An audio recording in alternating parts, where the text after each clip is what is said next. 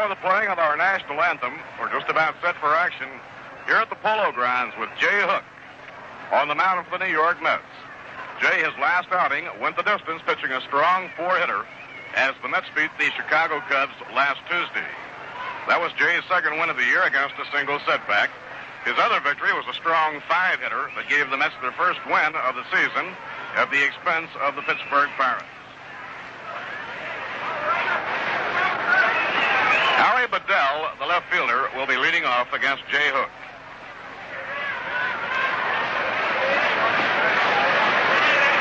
Jay has an earned run average after 5 starts of 3.6. Has won 2, lost 1. His mound opponent today will be 6'4" Cecil Butler. Butler will be making his first major league start.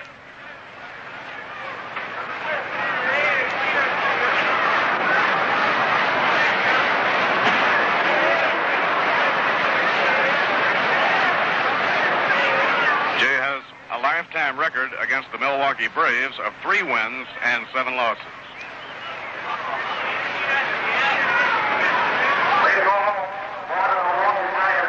Now here we go as Howie Bedell, the speedy left fielder, steps in to lead off. Bedell hitting at 221. Left-hand hitter with good size, and he can really fly. Mets with the infield shaded a bit toward right. Marv Throneberry at first, Charlie Neal playing second, Elio Chicone at short, and Felix Mancia is at third. Here's the windup by Hook, and the first pitch of the game is a strike on the inside corner, a real good live fastball. Frank Thomas in left, Jim Hickman in center field, and around in right field, Gus Bell. Hook on the mound, and Hobie Landreth behind the plate. For the Braves, Bill Adair coaching at third, and Andy Pafko is coaching at first. Wind up in the pitch by Jay Hook, a foul ball, wafted back toward the upper deck, and this will be out of play. A lot of games to follow throughout the afternoon. Number of doubleheaders going. In the Yankee game at Cleveland, Johnny Blanchard has homered in the second. Base is clear. It's now Cleveland 3 and the Yankees 1, with the Yankees hitting in the second. A smash through the box, a base hit for Howie Bedell. Jim Hickman glides over in front of it, whips the ball back in, and Howie Bedell on a 2-strike pitch singles to center field to open up the game. Right fielder, Matt Shaw.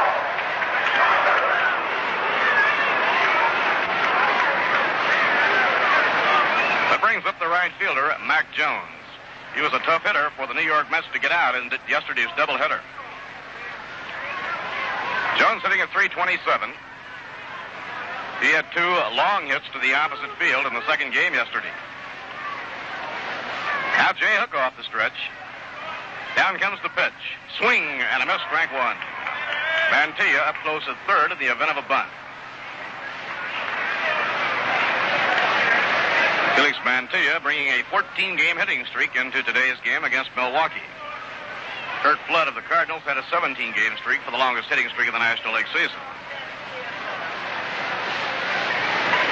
Now Howie Bedell with a short lead off first. Throneberry holds against him. Pitch by Hook. Curve that's over. Strike 2 call. Well, Hook now is in front on Mac Jones with a 2-strike count.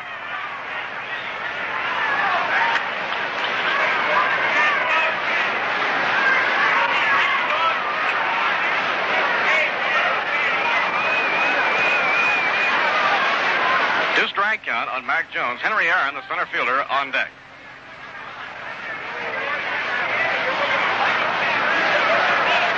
Here's the pitch to him, a ground ball hit toward the hole, backhanded by Chacon, thrown to Neal. First play at second on a beauty of the play by Elio Chicone.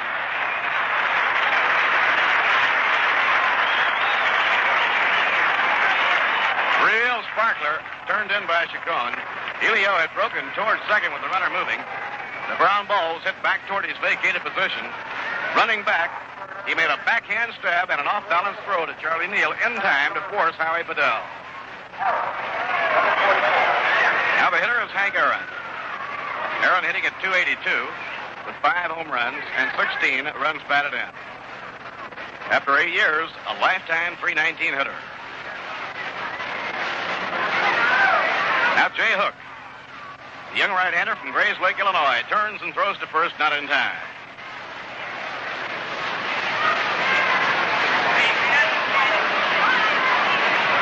Jones leading off first. In comes the pitch.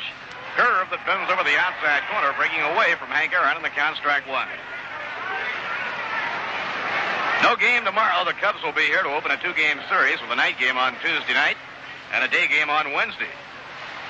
2-game series where the Cubs will wind up the current New York Met homestand. The next homestand will open on Decoration Day, the 30th of May, a doubleheader against the Dodgers. Ground ball hammered to shortstop. Chacon fires to Neal. There's one. Neal to Thornberry. Double play.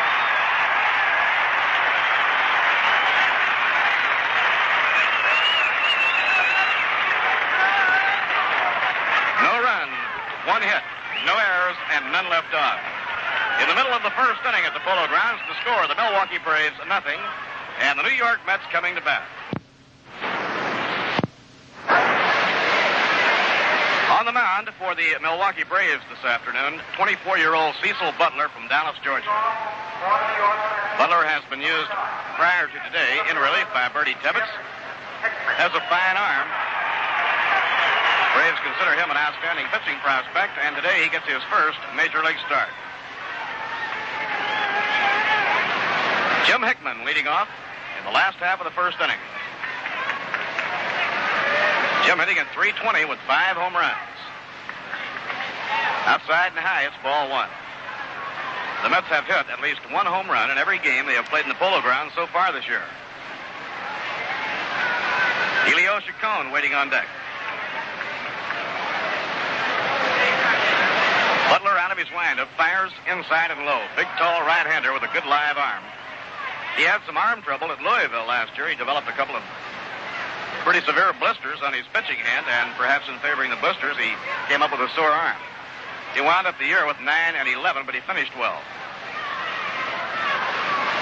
Pitching 2-0. A high fly ball to short left field. Roy Mcmillan back into shallow left is under it, and he puts it away for the out. That brings up one of the real stars in the double triumph of yesterday, Elio Chicone. As Elio comes up to hit, he has been on base his last 7 times up. Elio hitting at .239. He broke a hit famine in the first game of the doubleheader yesterday. His first 2 times up, he failed to hit, but then he broke out. Hit safely his last 2 times up in that first game, and then was on base 5 straight times in the nightcap, with 3 hits and 2 walks. And he knocked 3 runs in. Bounced foul off the mask of Del Crandall. The Braves are set up with Joe Adcock at first, Frank Bowling playing second, Roy Mcmillan at short, and Sami Samwell at third. In the outfield, Howie Bedell in left, Hank Aaron playing center, and around in right, Mac Jones. Butler on the mound, Del Crandall catching.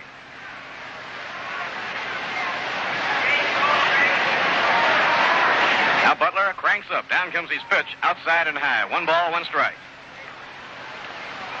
Tomorrow will be an off day for the Braves, and then they'll go into Pittsburgh to open a series on Tuesday night.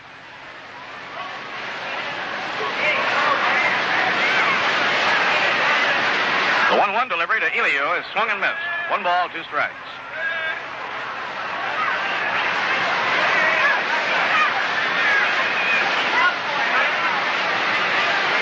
Butler, 6'4", weighs 195 pounds.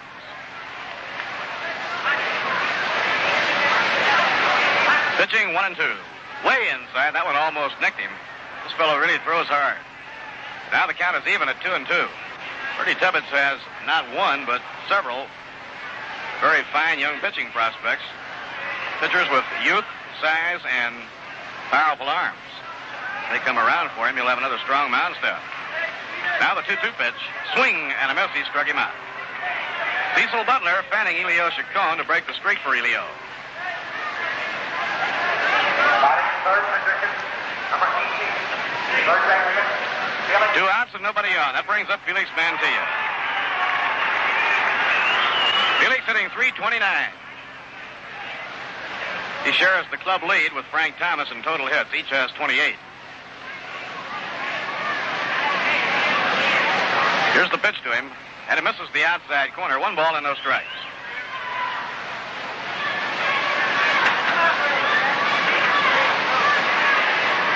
Last half of the first inning, no score. Sally Hemus coaching at third and Cookie Lamagetto at first. Now Butler, the tall right-hander, winds and pitches.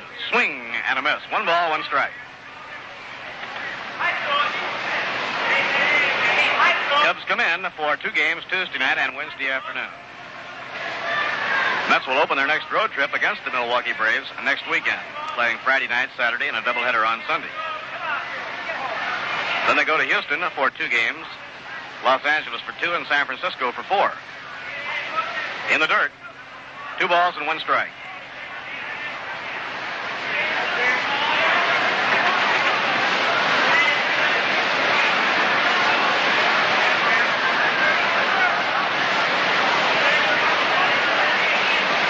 Count 2-1 on Felix Mancia. Bounced foul. He went after a curveball, and so the count is even 2-2. Felix has hit safely in 14 straight games. Beginning of the season, Bob Skinner had a 15-game hitting streak, and then Curt Flood, the fine center fielder of the St. Louis Cardinals, had a 17-game streak.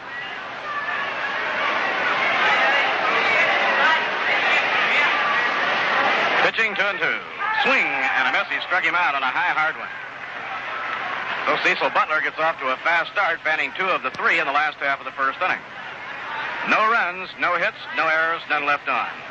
At the end of 1, the score, Braves nothing, and the New York Mets nothing.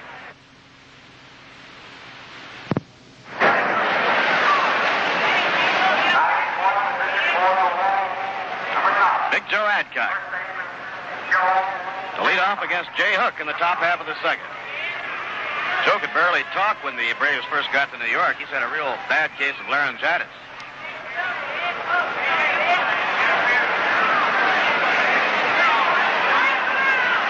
Del Crandall swinging a couple of bats out in the on-deck circle, and Frank bowling after that.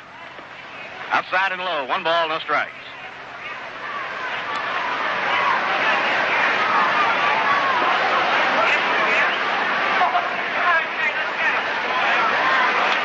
Now Jay Hook winds and pitches. Tried a breaking ball, but it missed high. 2 balls and no strikes.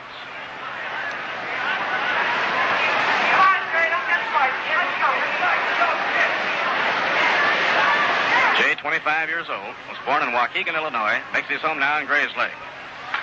A high pop foul down the right field line. Thornberry moving over, but he has no play. The ball is in the upper deck.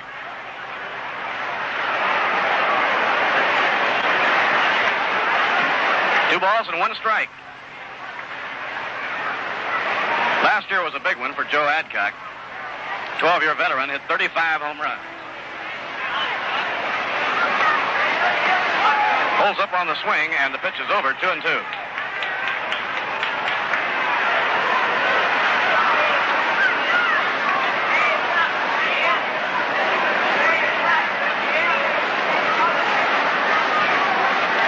Now Hobie Landreth, crouched behind the plate, setting up the target. An off-speed delivery just misses. He tried to change up on 2-2, and the count goes full now, 3 balls and 2 strikes. Adcock, one of baseball's strongest hitters. Mancia deep behind the bag and playing the line against him. Elio Chicone deep and short right on the rim of the outfield grass. Pitching 3-2. Swing and a miss. He struck him out. Knee-high breaking ball by Jay Hook, and he fans Joe Adcock. That will bring up Del Crandall.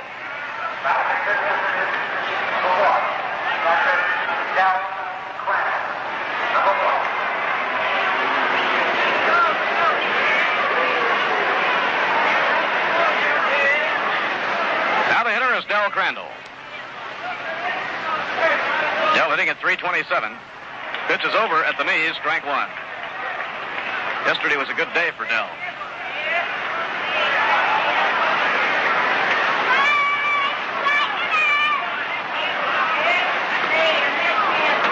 Outside and low, 1 ball and 1 strike. Crandall caught the first game yesterday, hit a home run in the second, his 3rd of the year. And in the opener of this series, he had 3 for 5 and knocked 4 runs in with 2 singles and a double. Outside and low, he lays off of it, 2-1.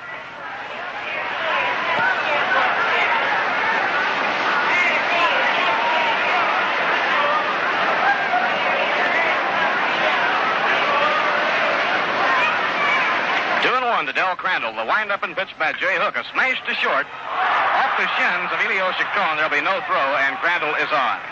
The ball was hit right at Chacon, but it was really tagged. It's an error charge to Elio Chicone.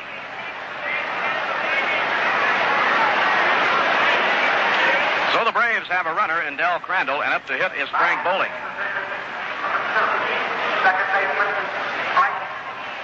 Frank hitting .307.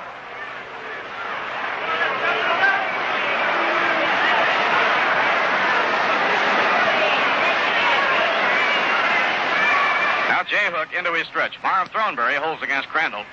And the pitch to Bowling is in the dirt. It bounds away. On his way to second goes Del Crandall. No throw. Wild pitch. Charge to Jay Hook.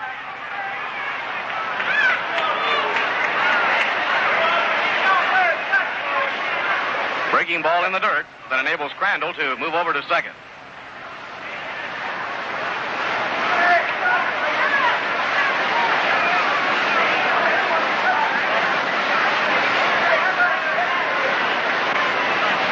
Frank Bowling, slender right-hand hitter and one of the game's steadiest players, facing Jay Hook.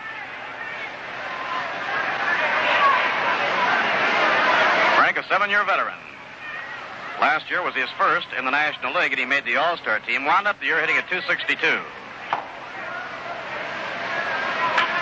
Infield pop-up on the left side of the diamond. Now it's being blown toward the mound. Charlie Neal is coming all the way to the first baseline, and he takes it for the out.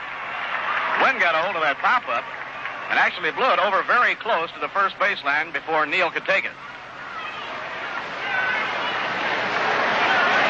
Wind is blowing in, angling just a little bit to the point that a ball hit down the left field line probably would be a help some. But anything hit towards center or on the right side of the diamond will be blown back. 2 down. The batter is Sami Samwell. Right-hand hitter. And the pitch by Hook. And it is a hook that's over for a strike call. Sami Samwell, outstanding defensive ball player, and if he hits anything at all, he'll be quite a player. Now Jay looking in to take his sign from Hobie Landreth. No score. We're in the top of the second. Ground ball hit down to third to his leftist Mantilla. He's up with it. Throws to Thornberry, and the side is out. No runs, no hits, 1 error, and 1 left on. And now at the end of an inning and a half, the score, Braves nothing and the New York Mets nothing.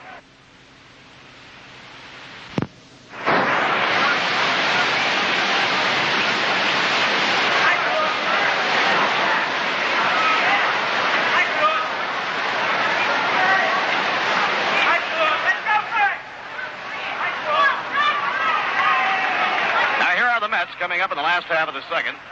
You know, the Mets, since their 9-game losing streak, have now won 7 and lost 8 since that point, and they've won 4 of their last 5 ball games. Frank Thomas to lead off against Cecil Butler. The warm-ups at St. Louis for the Dodgers, Johnny Padres, and for the Cardinals, Larry Jackson. Fastball over, strike 1 call.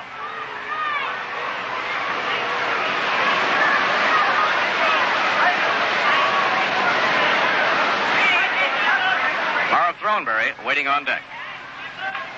He went after a curve, a foul ball off to the left, and the count strike 2. Frank hitting .298 with 8 home runs and 17 runs batted in.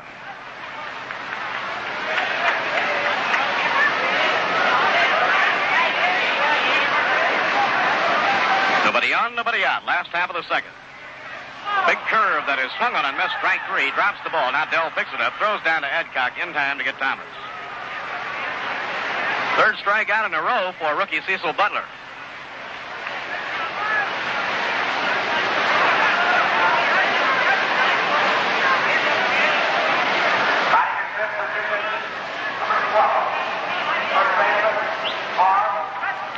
Marv Thornberry to hit against Butler. Marv has been up 5 times since joining the Mets, has 1 hit. Left-handed batting first baseman. Foul tip, no play, strike 1.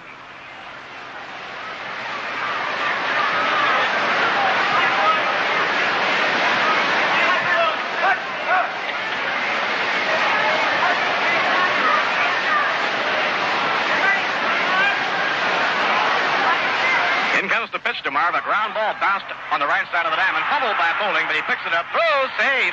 The throw pulled Adcock off the bag. Bowling scrambled, recovered the ball in time to make the play at first, but his hurried throw pulled Joe Adcock off the base, and Marv Thornberry is on. An error charge to Frank Bowling.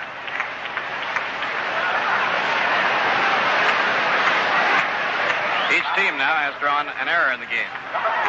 Coming on to hit will be Gus Bell.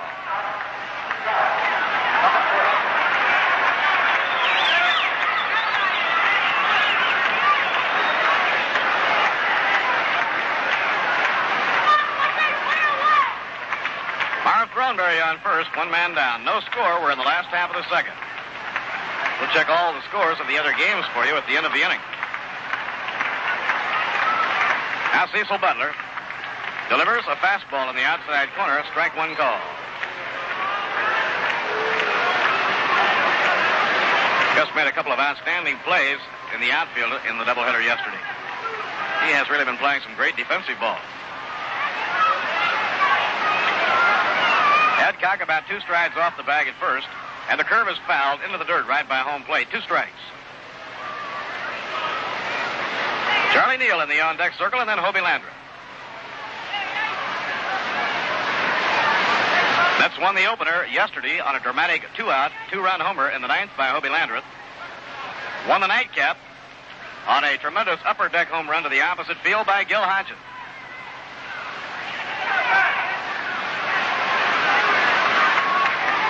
Thornberry edging off first.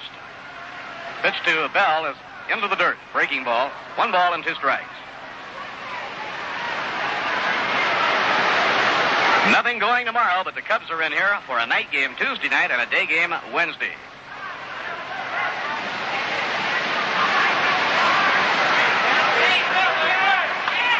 Ball is popped up down the left field line. Scooting after it is Sami Samwell. He's in foul ground, and he has it for the out. 2 men down as Bell fouls out to the third baseman.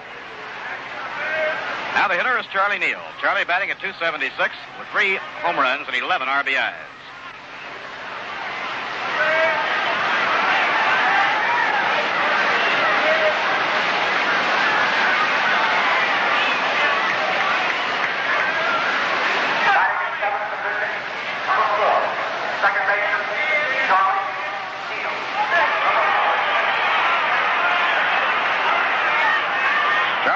Facing Cecil Butler. Butler, 6'4" right-hander. He's 24 years old. Starts him off with a fastball, but it misses high. 1 ball and no strikes. Mets today playing their 15th game of the season at the Polo Grounds, and the first 14 games they've hit at least 1 home run. They're hoping to keep that record going today. He holds up on the swing, and the curve is outside. Ball 2, 2-0.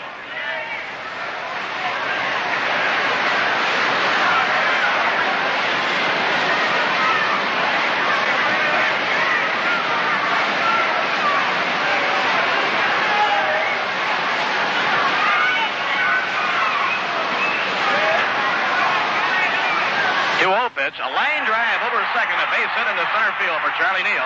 Thornberry around second is on his way to third, and he'll go into third standing up. Now the Mets have runners at the corners, and Hobie Landreth coming up to hit.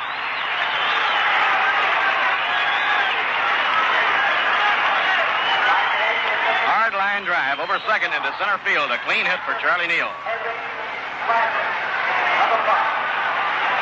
Hobie was the man of the hour in the come-from-behind win in the first game yesterday. Hobie hitting .409 on 9 hits and 22 times up.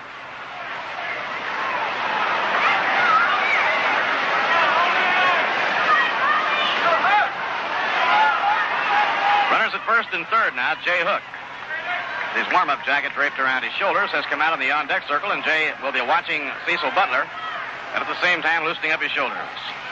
Breaking ball over, strike 1 call. Jay always occupies the on-deck circle when he's pitching a ball game. Red Ruffing, who was one of the best hitters of all the pitchers in the history of the game, used to always like to come out in the circle.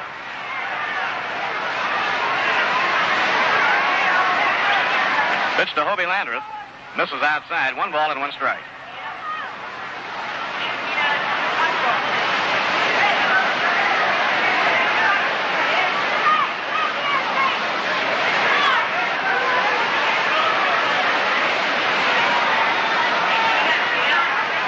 One on Hobie Landreth. Runners at first and third. There are 2 away. We're in the last of the second. No score.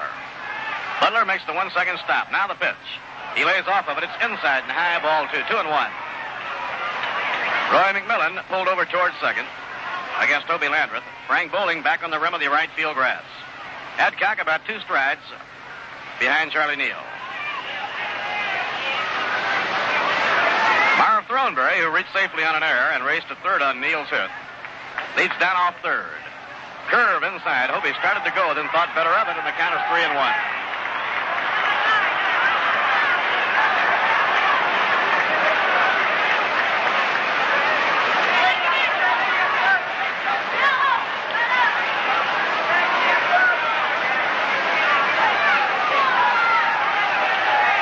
Delivery. Curve in the dirt. Ball 4, and that loads the bases and brings up Jay Hook.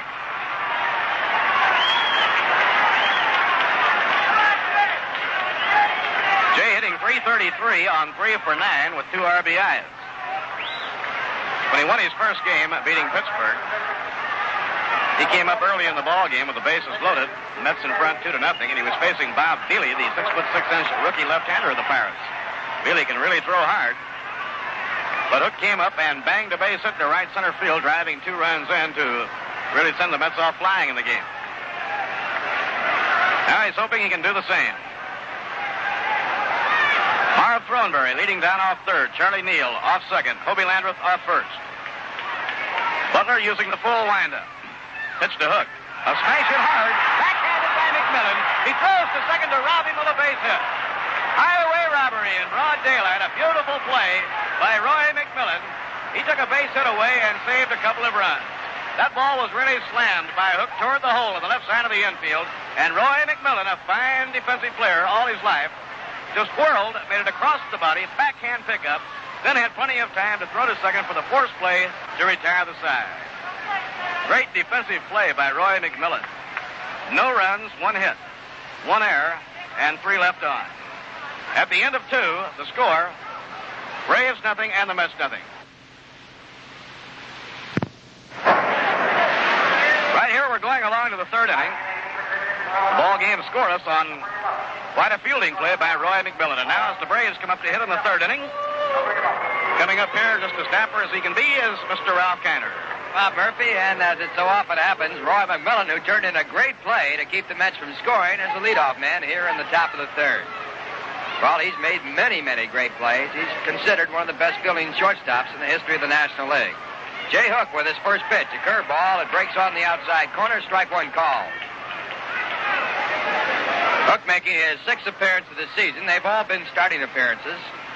He has a record of 2 wins and 1 loss. And the 1-strike pitch to the right-handed batter is pulled foul down the left field line. Strike 2. Ball bouncing off of the upper deck railing. And actually off of the Viceroy side.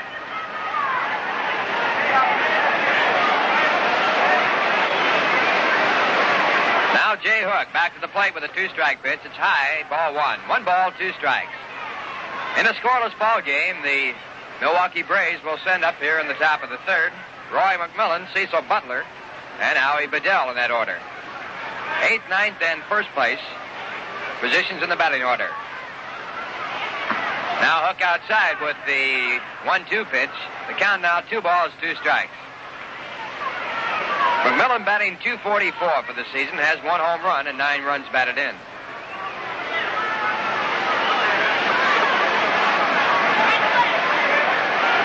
Jay Hook back to the plate.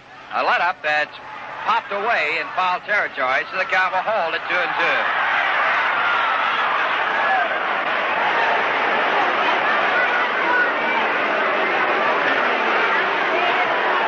Mcmillan last year in his first season for the Milwaukee Braves hit .220. He's not much of an average hitter. He has pretty good power. And he can surprise you with a home run at times. Jay Hook back, a ground ball going through the hole in the left field, a base hit. Mcmillan rounds first base and holds there as Thomas throws in to Elio Chicone. So the second base hit of the game off Jay Hook, Roy Mcmillan at first base, and that will bring up Cecil Butler, the pitcher.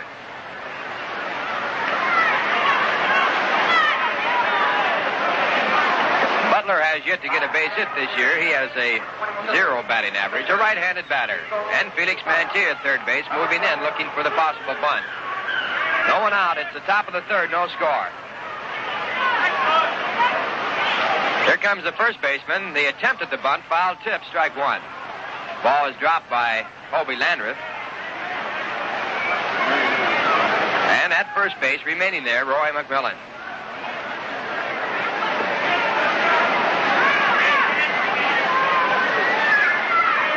No balls, one strike. Jay Hook with the sign. He checks his runner at first base. And the pitch to the plate. Down low, a curveball. Butler squared around, but he took it, so it's ball one. 1 ball, 1 strike. At the end of one, Philadelphia at Chicago. No score. Throw to first base, but Mcmillan back easily. In the American League, it's 3-1 in favor of Cleveland at the end of 2. Now Hook back to the plate, inside, and again, Butler squaring around the bunt and taking, so it's ball 2, strike 1.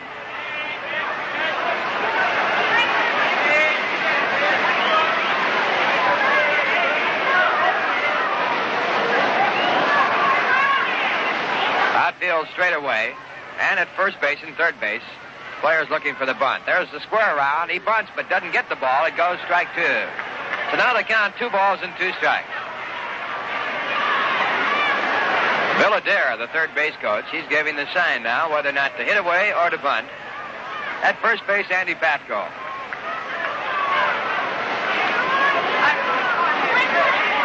Elio Chicone and Charlie Neal moving back, looking for the hit away and a double play. There's a square arm for the bunt. He takes it, called strike 3.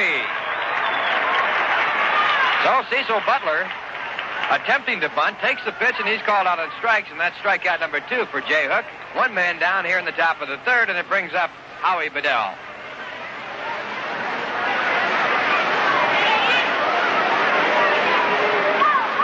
Bedell picked up a base hit as the leadoff man in the ball game when he singled to center field. He was erased later on a double play. Bedell, a left-handed batter, came on at 221. He has good speed. First pitch to him, a curveball that hangs just above the letters, ball 1.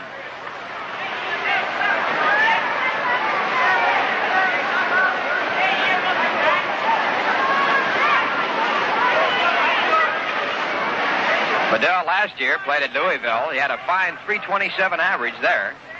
He led the league with 15 triples. And also he led the league in base hits with 194.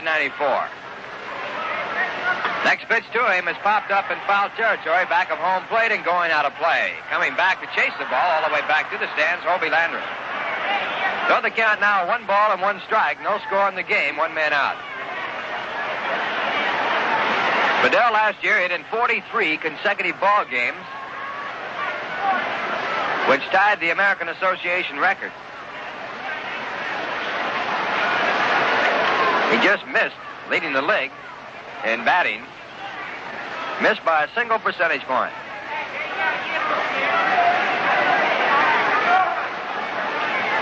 Now time call as the home plate umpire, Stan Landis, has trouble with his mask. He broke the strap in his mask, so he'll have to use another one. Last night we had a long conversation with Stan Landis in regard to some of the playing rules. One of them being the rule that the catcher can go into the dugout to make a catch.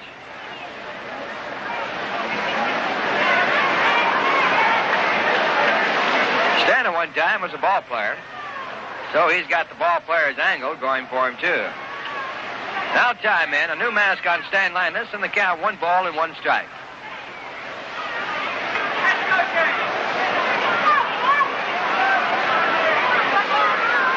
Jay Hook on the mound with a runner at first base. And his next pitch to the plate is taken down low, ball 2. 2 balls and a strike. The ball getting away from Howie Landreth, but he got on it quickly. And Mcmillan at first base held there.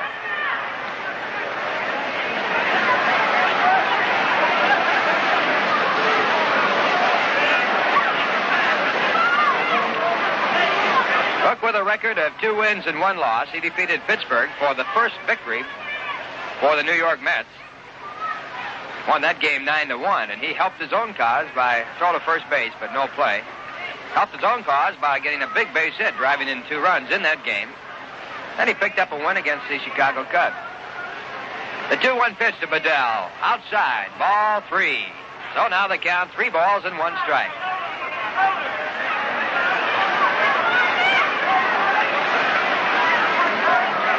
In that Chicago game, Jay Hook went all the way. He's had 2 complete games, and he gave up only 4 hits. This is his 6th appearance. Now the 3-1 pitch to Bedell. High, ball 4. And that'll move Mcmillan 90 feet down to second base. And that's the first walk given up by Jay Hook. Puts runners at first and second.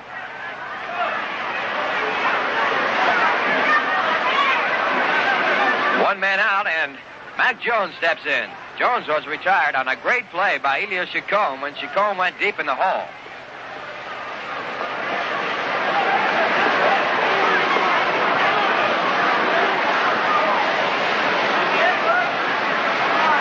So here's Mac Jones batting .327, a left-handed batter. He has good power to left field.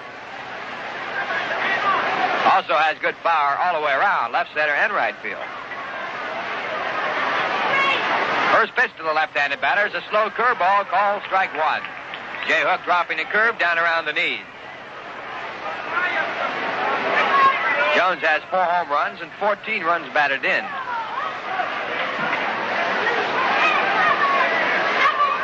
He's another one of their fine prospects, Milwaukee prospects. Now the 1-strike pitch to Jones. Swung on and missed. Strike 2, another curveball. This time a little bit lower than the other one. So Hook with runners at first and second and 1 out. The score 0-0. Out in front of Mac Jones with a 2-strike count.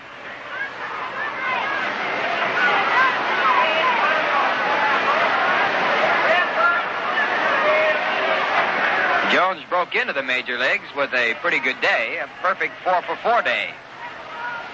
That was last year. He takes high inside, ball 1. Very unusual to break in like that. In fact, only 2 other players in the history of baseball have ever broken into the major leagues with a 4-for-4 day. One of them, Casey Stengel, back in 1912, and the other, Willie McCovey.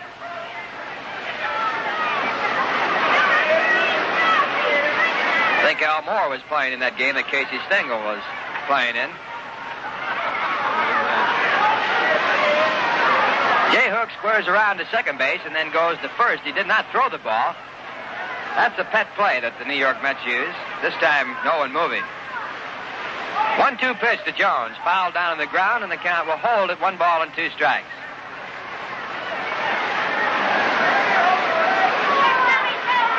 Jones last year hit .231 for Milwaukee. He also played at Louisville, where he hit .326.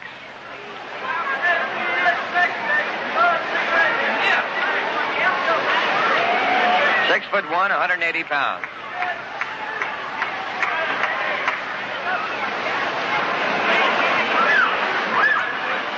Wind is blowing in from center field. A tough day for any ball hit to center field. Now the 1-2 pitch by Jay Hook. Outside, ball 2. 2 balls and 2 strikes with 1 out, no score in the game.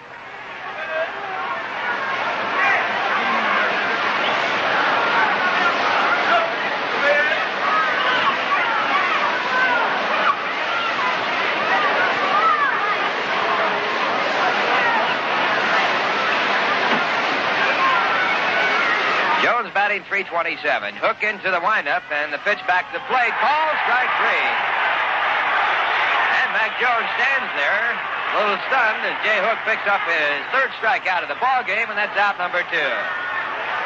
And it brings up Henry Aaron.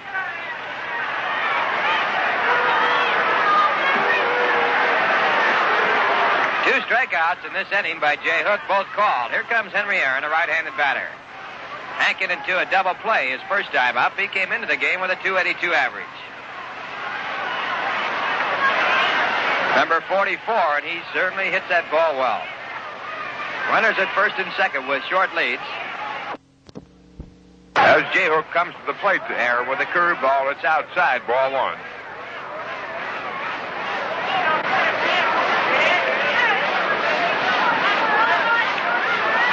Aaron has 5 home runs and 16 runs batted in this year.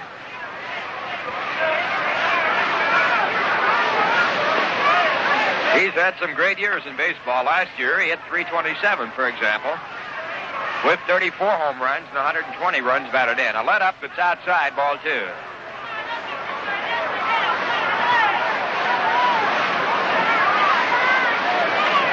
.1957, Aaron hit his number, 44. That led the league, and he had 132 runs batted in that year to lead the league. Last year, he had 39 two-base hits, which led the league. Also 10 triples. 2 balls and no strikes as Hook comes back with a curveball, ball 3. So now Jay Hook with a 3-0 count to Henry Aaron with 2 men out. Runners at first and second base. There's no score in the game.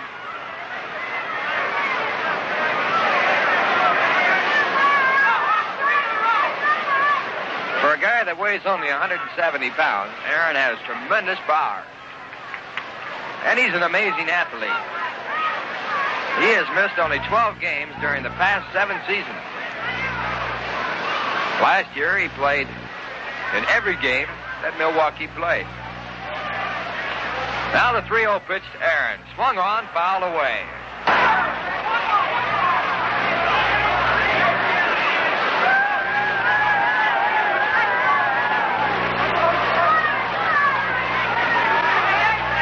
Aaron has participated in 7 consecutive All-Star games.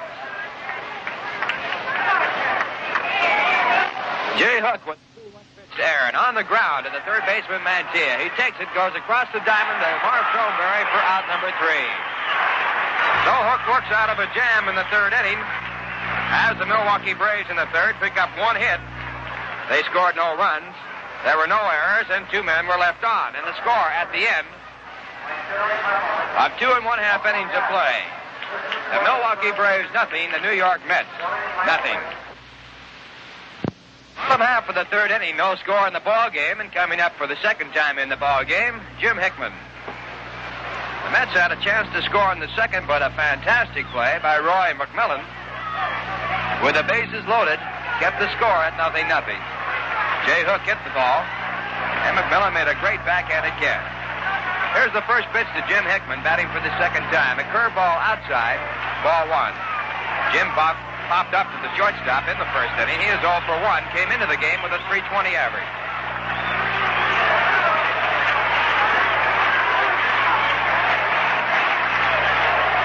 The next pitch to Hickman is inside, ball 2.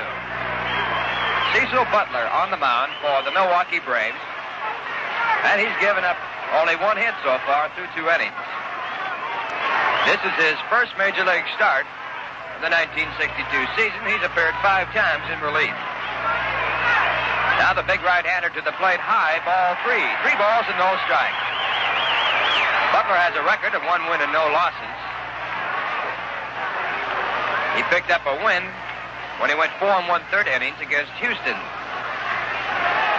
He's a big fellow, 6'4", weighs 195 pounds. He's had arm trouble throughout his career. Next pitch, high inside, ball 4. So Jim Hickman picks up a walk as the leadoff man in the third for the New York Mets with no score in the game. That's Hickman's 9th walk of the season, and it ties him with Elio Chicone for the team leadership.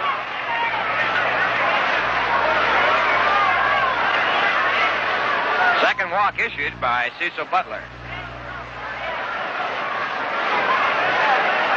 Elio Chacon in the batter's box, a right-handed batter. Elio was the first strikeout victim of Cecil Butler. He's picked up 2 in the first inning. Elio batting .239. A throw to first base, but Hickman back easily. Elio yesterday was on base 7 consecutive times 2 walks and 5 base hits. His last base hit tied up the ball game, which was later won when Hodges hit his 364th home run. First pitch to Chacon in the dirt, dug out by Del Crandall, ball 1. The Mets yesterday, with their first double-header victories, now climbing up towards the top of the ladder in the second division.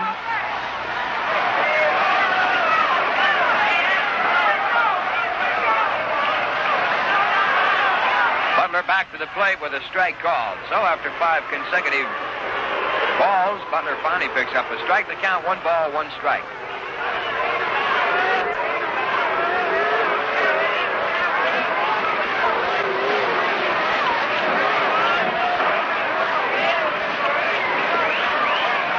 Sami Samwell at third base playing very shallow, looking for a possible bunt.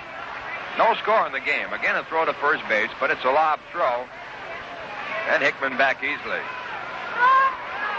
No one out in the bottom of the third. Chacon does bunt, but this time down the first baseline, trying to beat it out. It goes foul. 1 ball, 2 strikes.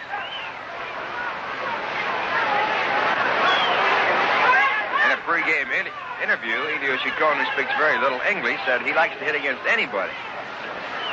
No one in preference, but he said when he's hitting, it doesn't make a bit of difference who the pitcher is.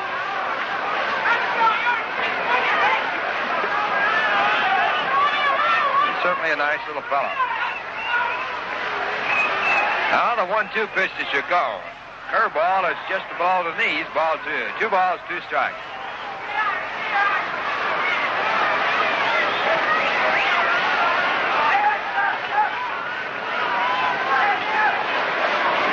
Elio Chacon, who makes his home in Venezuela.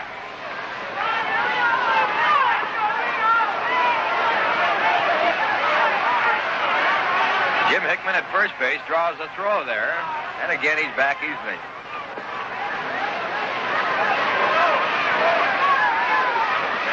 Now the right-handed pitcher into the stretch and back to the plate. A curveball way inside, ball 3. So now 3 balls, 2 strikes on Elio Chacon. Elio looking down to the third base coach, but there's only one thing to do here, that's it away.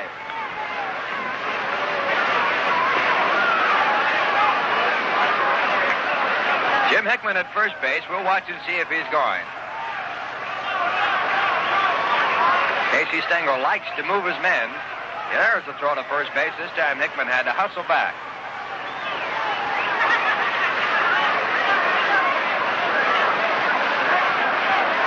Going out, a 3-2 count, no score in the game. Hickman goes, the pitch is taken inside, ball 4.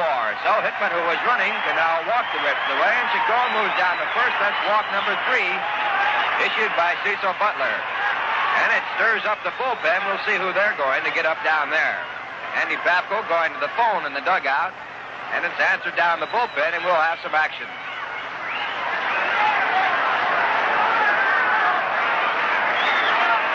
2 walks in a row issued by Cecil Butler. And the batter coming up now, Felix Mancia. Felix with a current 14-game batting streak going. Struck out swinging in the first inning, so he is 0 for 1. Batting .329. The first pitch to him, a call strike as Mancia squares around and takes it to knees. Carlton Woolley is up in the bullpen for the Milwaukee Braves.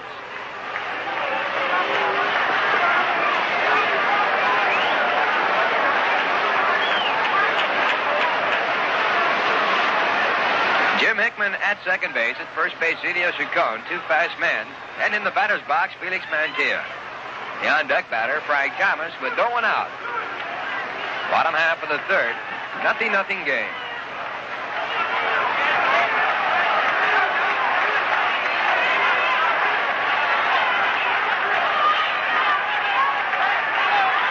Now the right-hander back to the plate, and it's bunted, but foul.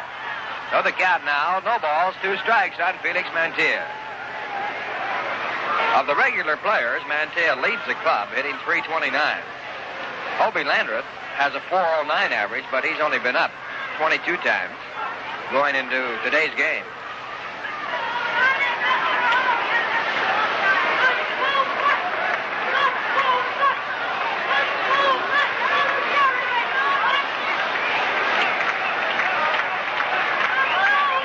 Butler into the stretch and to the plate.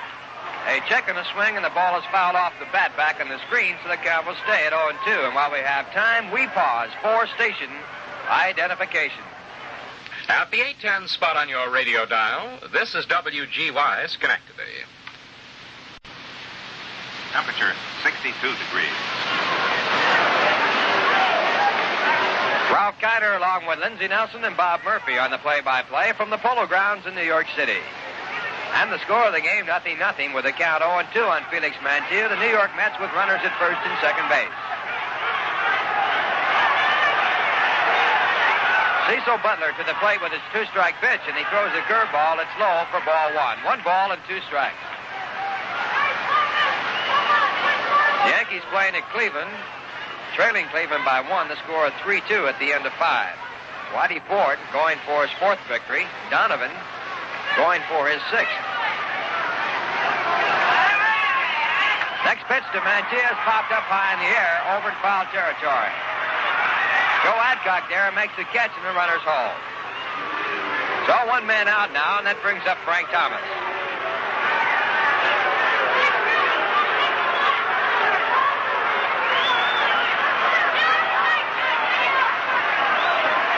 Frank came into the game today with a .298 average. He leads the club in home runs with 8. And he struck out his first time up in the 3rd inning.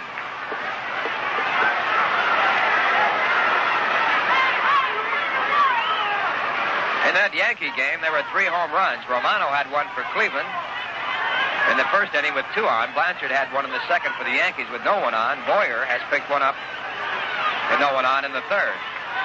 First game of a doubleheader. The first pitch to Frank Thomas. Swung on, foul tip back in the glove of Del Crandall. Strike 1. Boston to Detroit at the end of 1.5. 0-0. Cisco and Regan there. Baltimore 2, Washington 0. In Baltimore at the end of 5. Rudolph and Fisher. Brooks Robinson had a home run for the 2-run.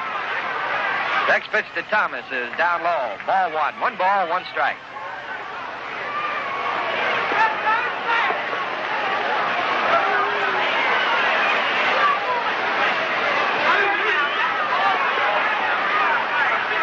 Only Stan Musial has hit more visiting home runs in the Polo Grounds than Frank Thomas.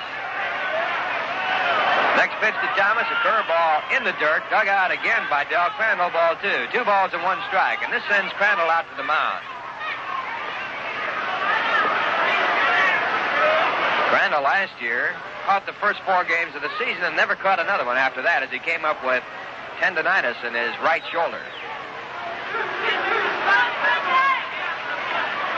He claims it's fine now, and he's off to a great start this year in the batting department. Always a fine catcher. 2-1 pitch to Thomas. A let-up curveball, swung on and missed, strike 2. So now with runners at first and second, a 2-2 count with 1 out and no score in the game.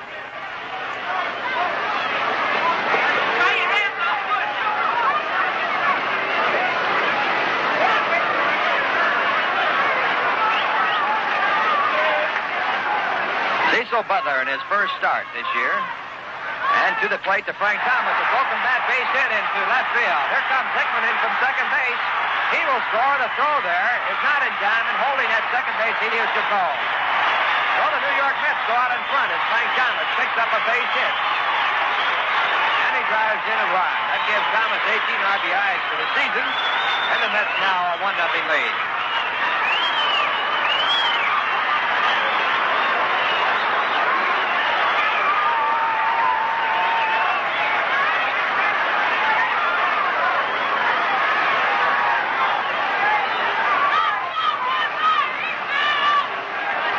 Elio Chacon at second base. At first base, Frank Thomas. And the batter is now Marv Throneberry, a left-handed man against the pitcher, Cecil Butler.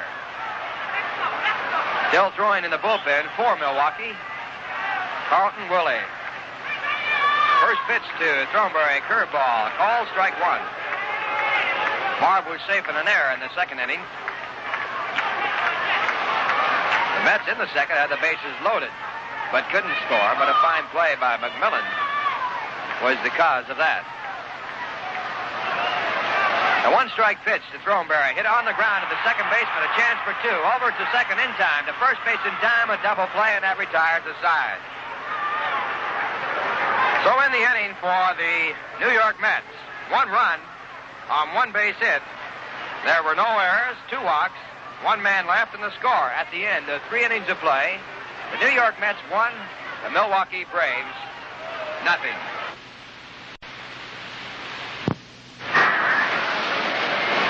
Moving to the top of the 4th inning, the Mets with a 1-0 lead and Milwaukee coming to bat. First man to bat against Jay Hook will be Joe Adcock, then Del Crandall and Frank Bowling. Adcock, 1 of 3 strikeout victims of Jay Hook in his only appearance today. He's batting .233.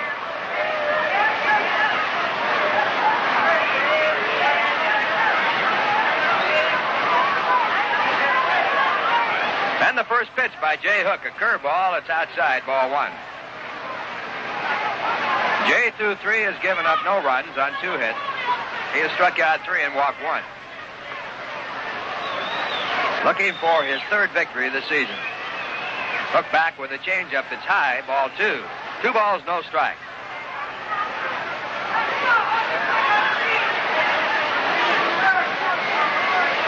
Adcock, an all-around player at LSU, quite a basketball player. 2-0 pitch, a strike call.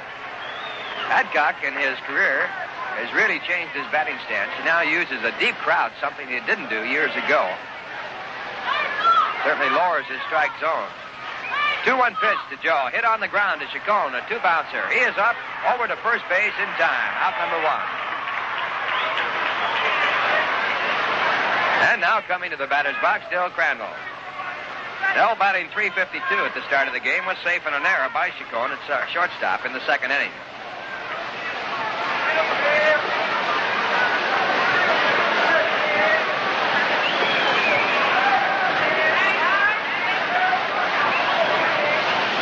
Crandall, a right-handed batter with a slightly open stance. And Jay Hook's first pitch is just outside at the knees, ball 1.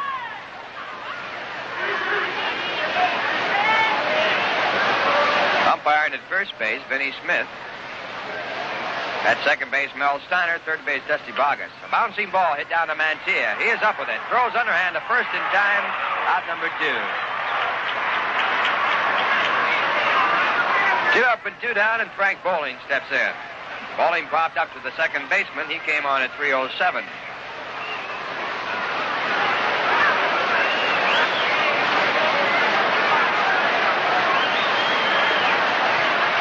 Bowling last year got off to a fine start, just like he has this year. Jay Hook's first pitch, a called strike at the knees, the fastball.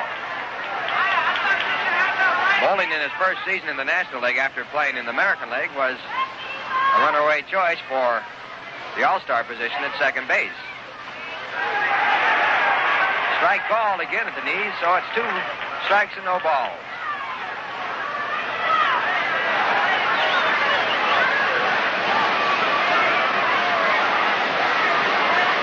And now Jay Hook with a 2-strike pitch. It's a curveball. It's way outside, ball 1. 1 ball, 2 strikes, 2 out. 1-0 game in favor of the New York Mets. Top of the 4th inning.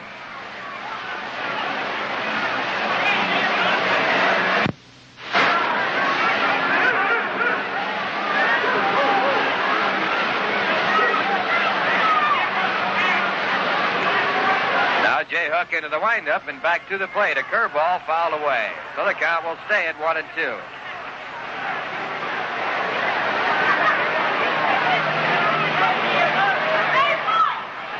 Bowling played many fine years at Detroit. Started playing for Detroit in 1954. 1-2 pitch to Bowling. Foul tipped off the glove of Hobie Landreth. So again, the count will hold at 1 ball and 2 strikes. Mets picked up 1 run in the 3rd inning when Frank Thomas singled to left field with Jim Hickman on second base. Milwaukee yet to score. 1-2 pitch to Bowling is high, ball 2.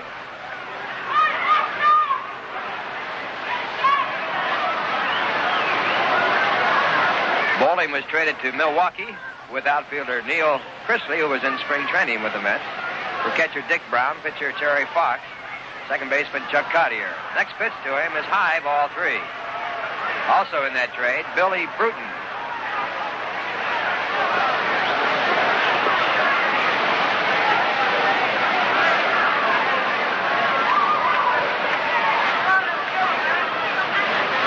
Hook working on the mound, no one on, and 2 men out. Comes back to the plate. The ball hit through the middle in the center field. It's a base hit. Bowling going to first base. Holds there as Hickman comes up with the ball. And that puts a runner at first base. That is a third base hit given up by Jay Hook. It brings up Hank Aaron. Make that correction. Make that Samwell it brings up.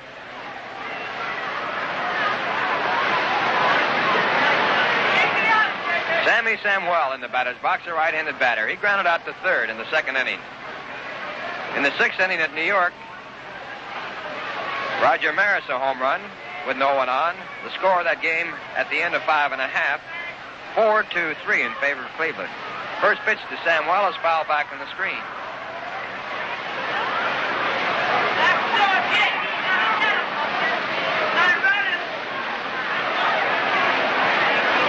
Samwell 0 for 1 in the game, took a 0.63 average into the game.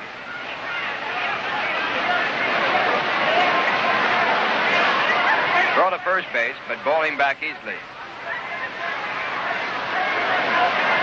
Mets lead 1-0. Jay Hook to the plate inside. The ball gets away from Landreth, but holding at first base, Frank Bowling. Obie hustled over to his left and picked it up. 1 ball, 1 strike.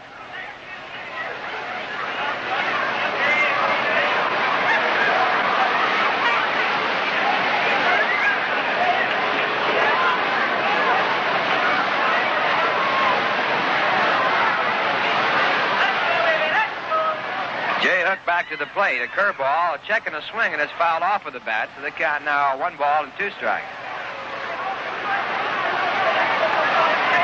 Samwell played last year at Louisville, and he hit .250.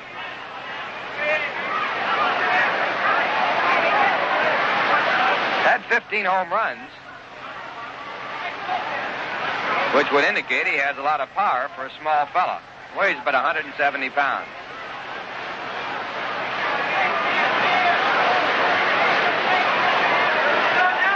Jay Hook to the right-handed batter with a curveball. It's fouled down on the ground, and the count will stay at 1-2.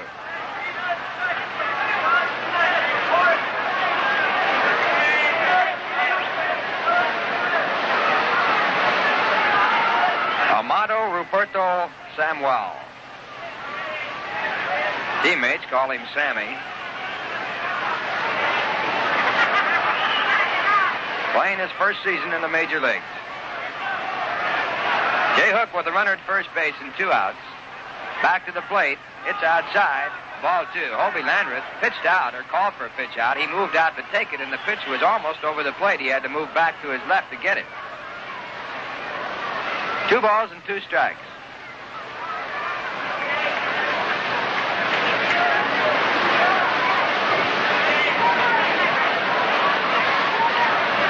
Frank Bowling at first base with a short lead. And the pitch back to the plate on the outside corner. Strike 3 called. Strikeout number 4 for Jay Hook to retire the side. And in the inning for the Milwaukee Braves, no runs on 1 hit. There were no errors. 1 man was left. And the score at the end, the 3 1/2 innings of play, the New York Mets won, the Milwaukee Braves, 0. And now a word from Viceroy Cigarettes.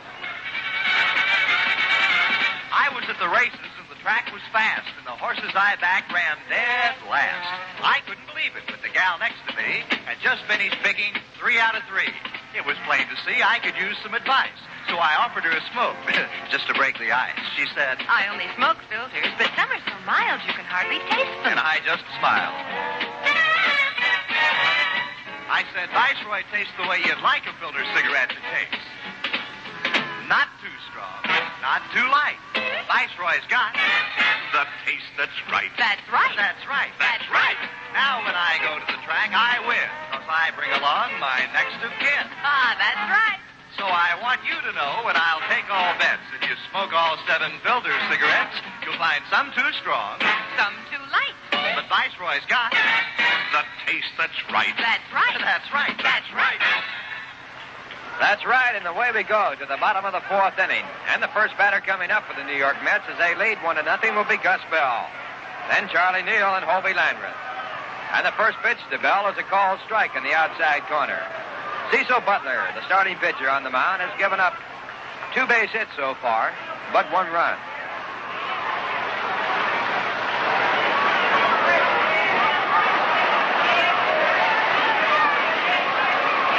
Cecil Butler, a big right-hander, looking for his second victory. He's lost none so far this year. This is his first start. And the next pitch to Bell, a fastball swung on a miss, strike 2. Gus popped up to the third baseman in foul territory. He's 0 for 1.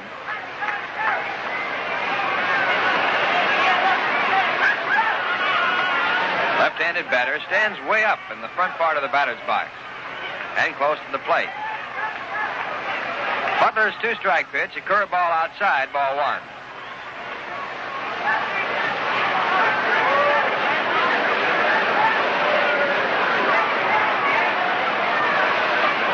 Outfield playing straight away. Infield shifted to the first base side. Play Bell as a pull hitter. There's a bouncing ball hit down to Joe Adcock at first base. He takes it, tags the bag, out number 1.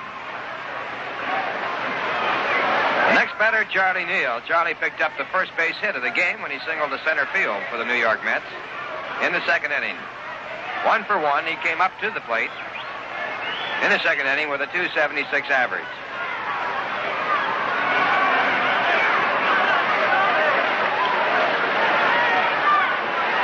Neal batting for the right-hand side. Has 3 home runs and 11 runs batted in. His base hit, a sharp one to center field. The first pitch to him popped up in foul territory over by the New York Mets dugout and going into the lower box seats for strike 1.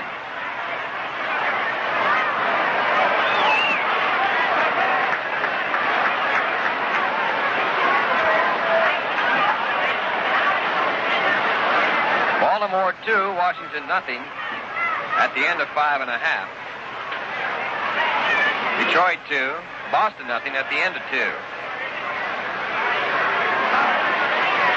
1 strike pitch to Neal, lined into center field, a base hit. Coming over, Hank Aaron. He picks it up on the second bounce. So Charlie Neal with 2 straight hits on at first base with 1 man out. And it brings up Howie Landreth.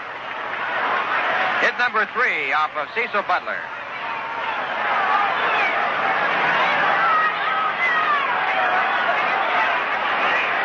Hobie walked in his only appearance. He's batting .409. 9 hits and 22 times at bat. He has 1 home run, but that was a big one. It won a ball game for the Mets, the first game of the doubleheader yesterday. Throw to first base, Neal back.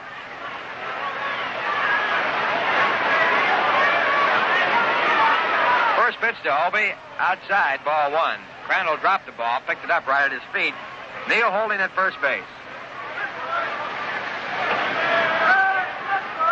Mets scored the only run of the ball game in the third inning. When with runners at first and second, Frank Thomas singled to left field, driving in Jim Hickman.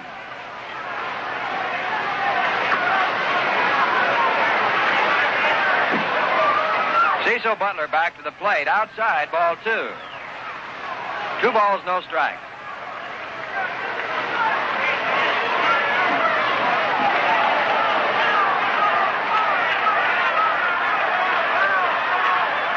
In the National League at the end of 2, Cincinnati 1, Pittsburgh nothing. At the end of 3, Philadelphia and Chicago tied up at 2-2.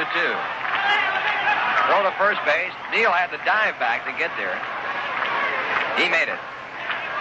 Los Angeles nothing at the end of the first. The bouncing ball hit down to the third baseman. He can't make a play as Charlie Neal was moving on it. So he went over to first base and got Hoby Landreth. Hit and run play, saving a double play possibly. Moving Charlie Neal down to second base.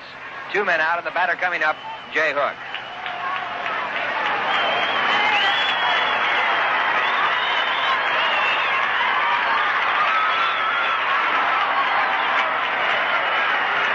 Jay, in his first time up, was robbed of a base hit and possibly 2 runs batted in when Roy Mcmillan backhanded his smash to the shortstop position and threw, picked up a force play at second base.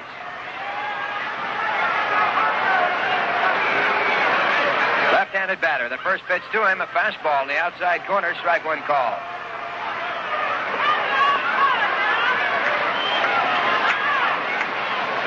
Jay is one of the few pitchers to wait his turn at bat in the on-deck circle. He likes to bat. Charlie Neal at second, and the pitch back to Jay Hook. A curveball fouled away, strike two.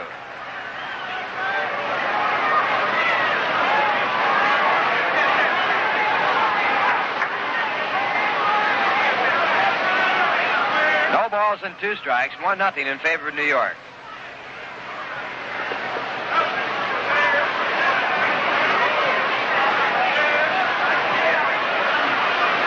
Cecil Butler all set to pitch, went into the stretch, but Hook, after Butler had taken too much time, stepped out of the batter's box.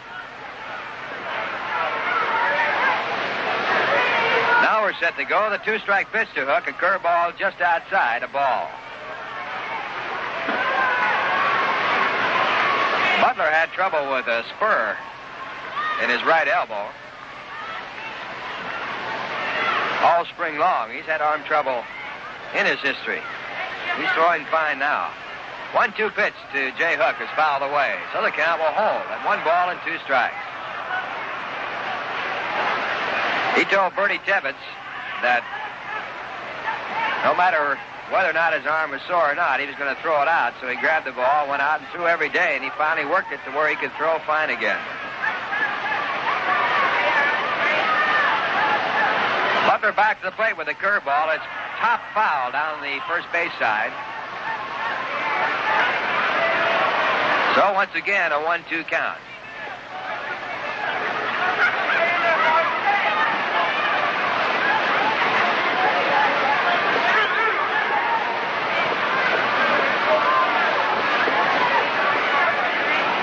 Charlie Neal at second base, back to the bag. 2 men out. And the count, 1 ball, 2 strikes on Jay Hook. Butler's pitch to Hook. A curveball, got him looking, strike 3. So Butler picks up his 4th strikeout to retire the side. And in the inning, the New York Mets, no runs on 1 hit, no errors, 1 man left. And the score at the end of 4 innings of play. The New York Mets won. The Milwaukee Braves, 0. And now, once again, back to the microphone, Bob Murphy. Thank you, Ralph. We'll be going along now to the 5th inning with New York in front by a score of 1-0. And the Milwaukee Braves will have Roy Mcmillan to lead off. No game tomorrow. The Cubs are here Tuesday night and Wednesday afternoon.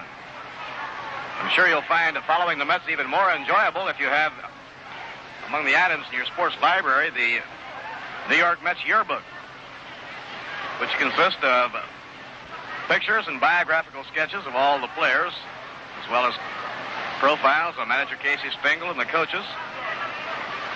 The yearbook is yours for 50 cents. Address your correspondence to Mets Yearbook, Polo Grounds, New York 39.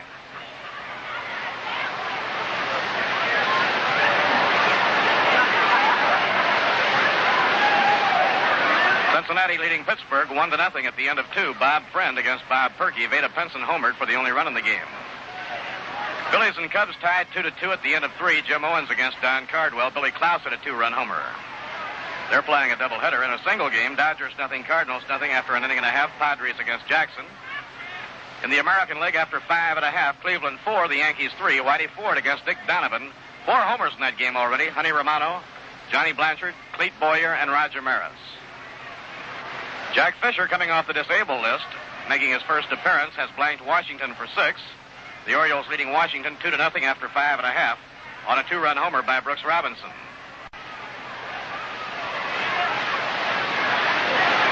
In the 5th inning, it's Roy Mcmillan leading off against Jay Hook. Jay's wind-up and pitch. He starts him off with a strike on the outside corner. Jay, a 25-year-old right-hander from Grays Lake, Illinois. He has good control. He usually works consistently ahead of the batters. Fly ball hit to left field. It's up and fairly deep. On the warning path is Frank Thomas, and this one is going to be gone in the upper deck for a home run. Perfect polo ground stroke on that one by Roy Mcmillan. A high fly hit right down the left field line and just fair inside the foul pole, nestling into the upper deck. That ties the game at 1-1. For Roy Mcmillan, His second home run of the year and his 10th RBI.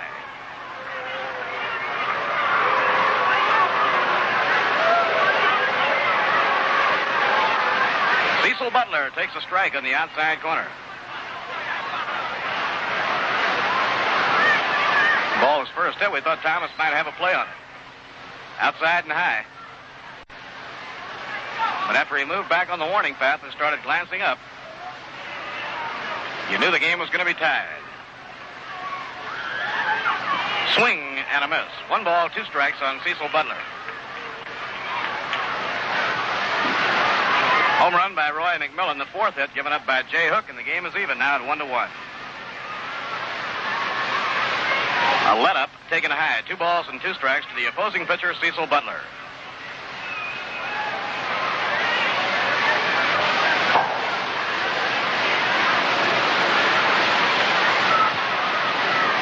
Here's the pitch on the way. Strike 3 called. A good fastball on the outside corner.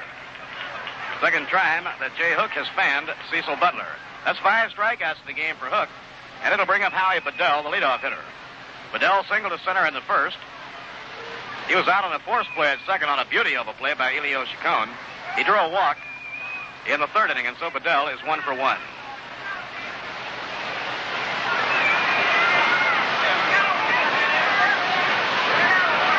Left-hand hitter, he jumps back and takes inside and low. Ball 1.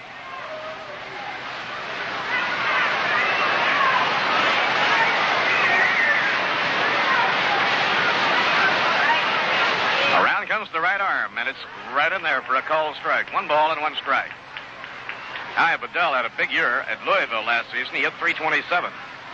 During the season, he put together a 44-game hitting streak. From Pottstown, Pennsylvania, bounced the curve foul off the right. 1 ball and 2 strikes. He's one of the reasons the New York Mets were able to acquire Frank Thomas. Braves had the young outfielders, Mac Jones, Howie Bedell, that they had to keep on the parent ball club. Pitching 1-2. Foul ball hit down the first baseline. That ball took a bad hop and almost caught Andy Pafko in the ear. Andy was just reaching down to pick it up with his bare hand, his left hand. It suddenly took a bad hop, and boy, it almost nicked him.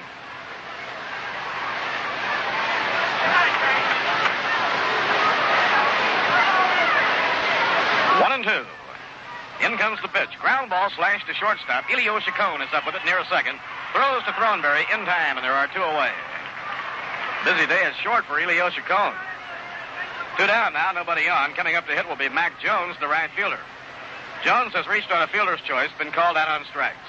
Came into the game hitting at .327. We're in the top of the 5th inning, and the game is tied 1-1.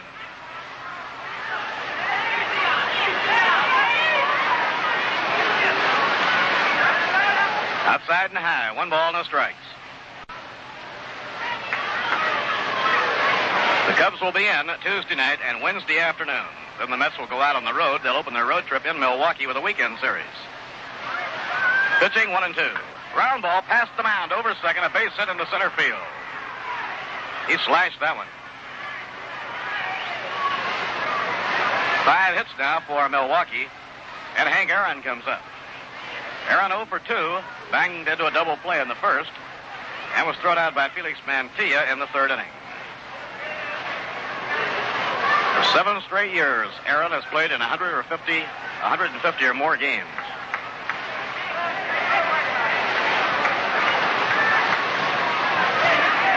Throw to first by Jay, not in time.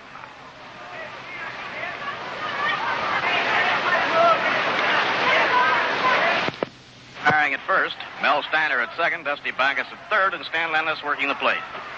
Fastball over, a strike.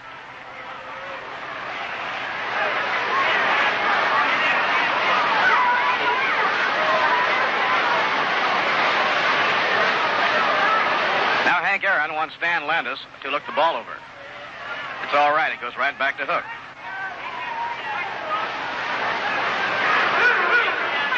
Tie game, 1-1. We're in the top of the 5th inning.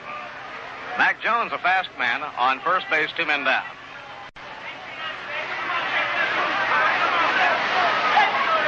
In comes the pitch to him. It misses the outside corner down around the knees. 1 ball and 1 strike. Aaron had a long home run in yesterday's game. Ball went in the upper deck in deep left field.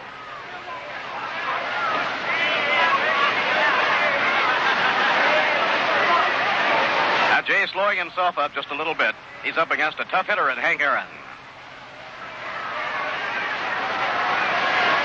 The 1-1 pitch. A call strike. Letter high on the outside corner. Aaron objecting to the call a bit as he steps out of there to discuss it with Stan Landis.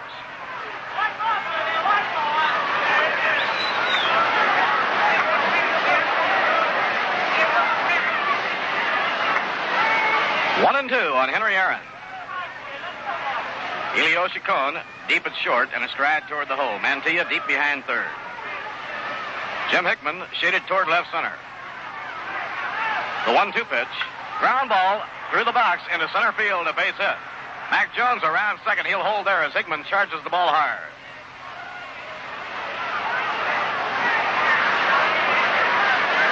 Back-to-back singles now by Mac Jones and Hank Aaron. And the Braves have runners on first and second, 2 down. And Joe Adcock is coming up. Adcock has struck out and grounded out short to first. Big Joe is 0 for 2.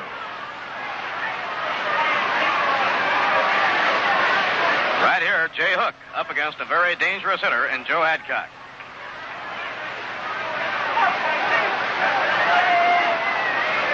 Infield back deep. Playing Adcock to pull. In the outfield, very deep. Frank Thomas way out on the warning path and over toward the bullpen in left center. They give him the line. Now the pitch on the way. Outside and low, it's ball 1. Mantilla plays the line against Adcock, but in the Polo Grounds, the outfielders did not play the lines. They play the alleys.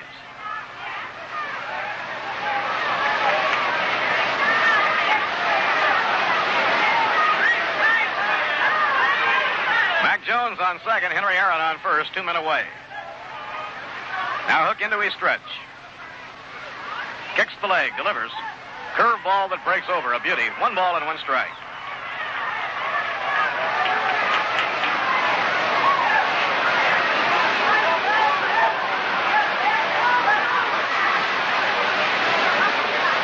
Del Crandall, the on-deck batter.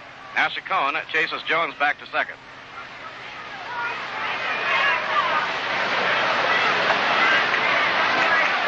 Jay up in pitching position. Down comes the arm. An off-speed breaking ball taken. 2 balls and a strike.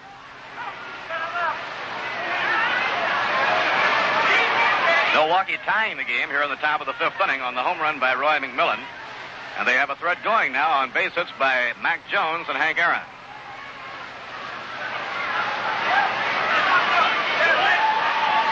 Two and one on Joe Adcock.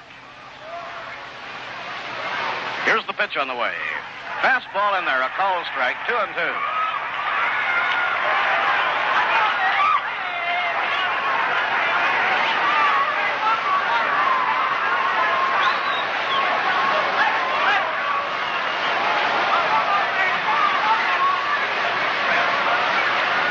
Now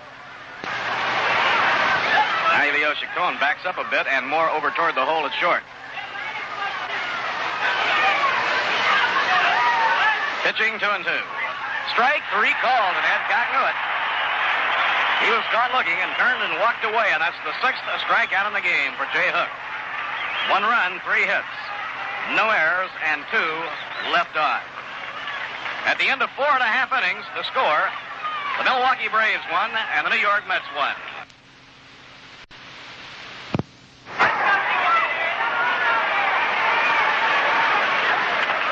Game tied 1-1, last of the 5th inning now, with Jim Hickman leading off against Cecil Butler.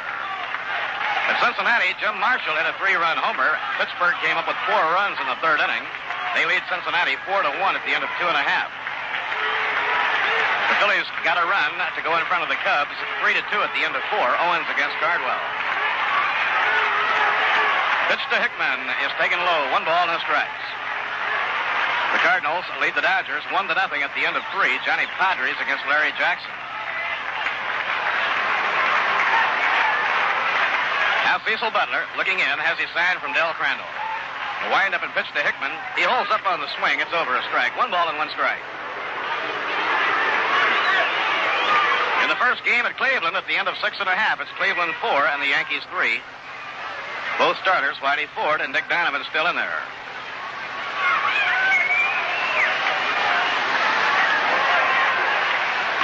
Ground ball hit foul down the third baseline, no play. 1 ball, 2 strikes to Jim Hickman. Jim has popped to short, drawn a walk, and he scored the New York run. He was driven in by Frank Thomas.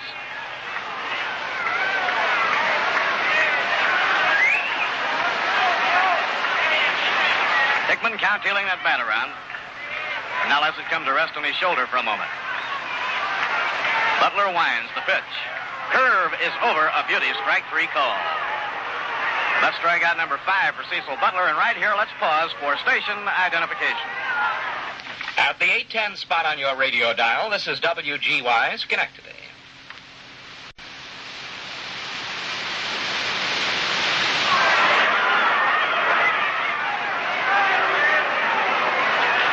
Murphy with Lindsey Nelson and Ralph Kanner were at the Polo Grounds.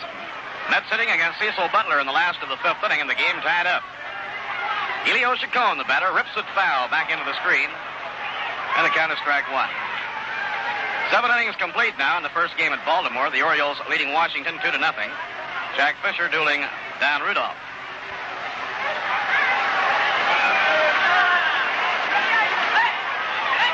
Next pitch to Elio, look out.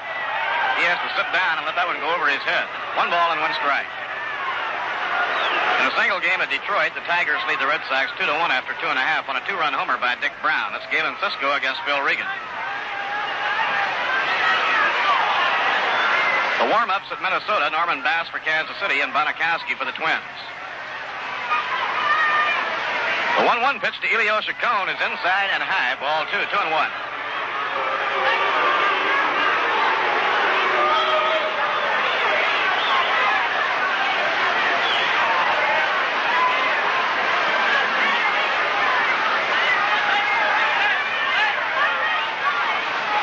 One delivery. A little bit outside on a blazing fastball. He really hummed that one, and the count now is 3-1. Butler 6'4", 195 pounds. He deals off the top, and he really throws hard.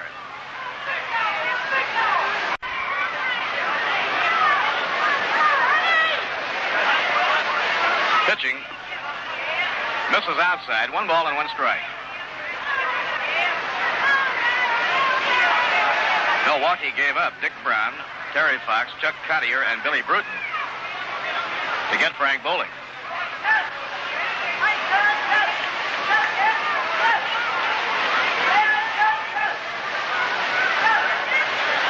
Now Crandall with a short lead draws a throw and scampers back to the base. The game tied 1-1. We're in the top of the 6th inning.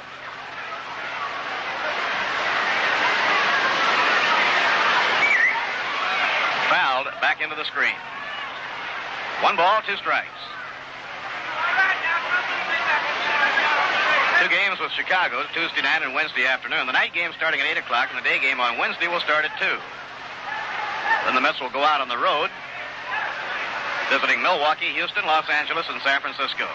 They come back home to open their homestand with a big Decoration Day doubleheader on May 30th against the Los Angeles Dodgers. That's a Wednesday. Pitching 1 and 2. Curve is hit in the air to left center field. Running hard is Jim Hickman. He's getting there.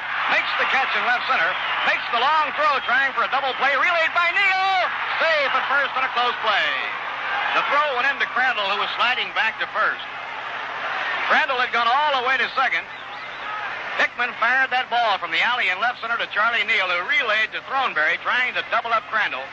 Bedell came sliding back in safely. He was ahead of the throw, and the throw went into the runner.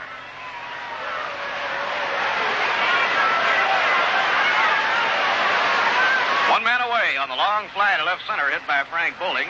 Now the batter is Sami Samwell, the third baseman. Samwell 0 for 2 has been thrown out by Felix Mancia and taken a called third strike. Throneberry holding against the runner. The infield and the outfield straight away. Fly ball hit high and deep to left center. Back goes Jim Hickman. He's under it now. Makes the grab out in deep left center. Crandall all the way back from second base once again. That ball carried deep. Back into left center went long striding Jim Hickman to take it. Now there are two away in the top of the sixth inning, and the batter is Roy McMillan. Roy came up with the Mets leading 1-0 in the fifth inning and hit a home run. He pulled the ball right down the left field line.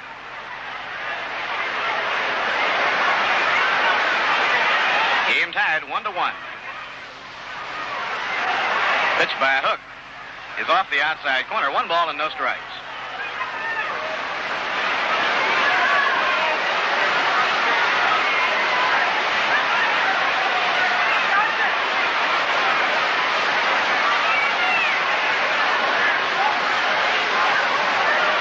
Now McMillan swishing that bat around.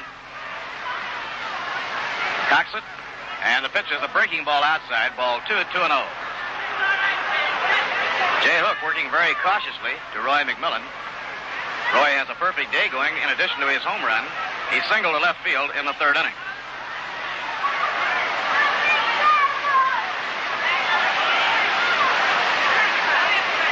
Elio Chicone deep and short and over toward the hole. Low, ball 3, and now Hook is behind on McMillan 3-0.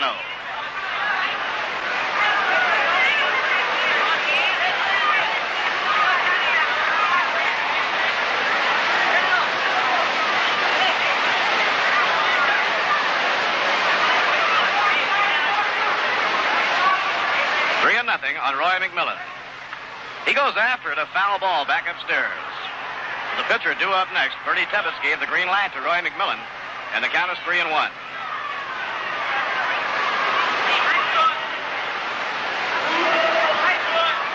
Now Jay fingers the rosin bag. Blows on his pitching hand. Del Crandall on first, 2 men down in the top of the sixth inning. Charlie Neal shaded a bit towards second. 3-1 delivery with the runner going. A swing and a miss. The peg down to second. The slide. The throw goes in the dirt out to center field. Crandall on his feet goes on to third base. Del Crandall running on 3-1 will get a stolen base. Hobie's throw was in the dirt on the second base side and went into center field. Hobie then will be charged with an error as Crandall goes on to third.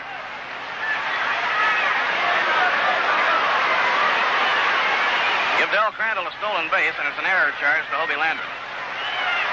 And now the Braves have Crandall on third. The count is full, 3-2 to Roy McMillan.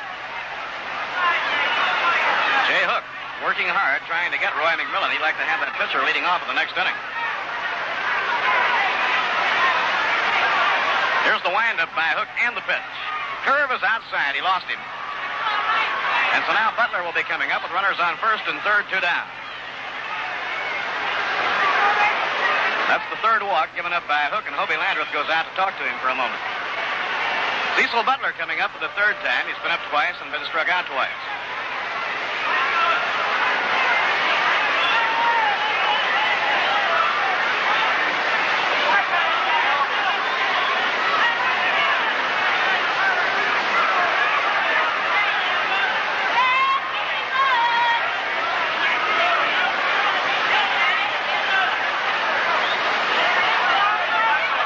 Batting right-handed. Now Hook into his stretch. Here's the pitch. Right in there, strike 1 call.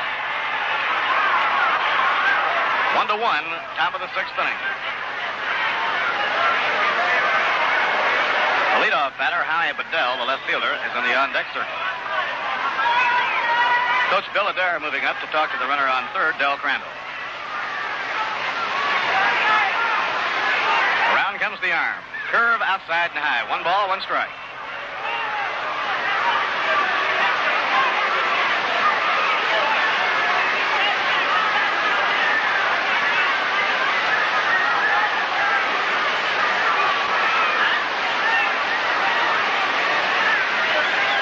Mets scored first in the game. Frank Thomas driving in the run. McMillan tied the game with a homer. Way up high. Hobie had to reach up in a hurry to grab that one. And so it's 2 balls and a strike now on the opposing pitcher, Cecil Butler. It was almost a wild heave by Jay Hook.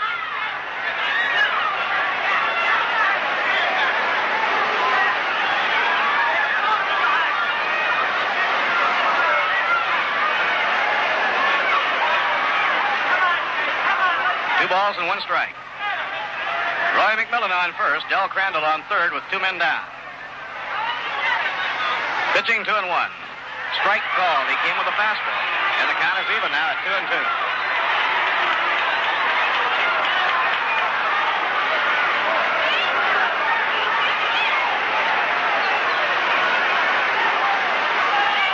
Hook trying to pitch out of trouble.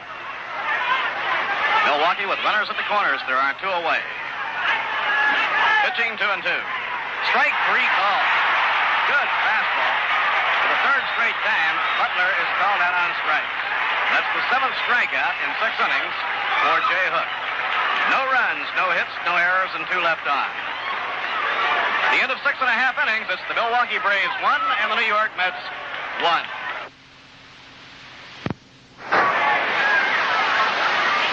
Frank Thomas will lead off with the New York Mets in the home half of the 6th inning. Frank drove in the New York run. With a base hit to left field back in the 3rd inning and scored Jim Hickman. Hickman had drawn a walk. Moved over to second on a walk to Elio Chicone, and then he came in to score on the base hit by Thomas.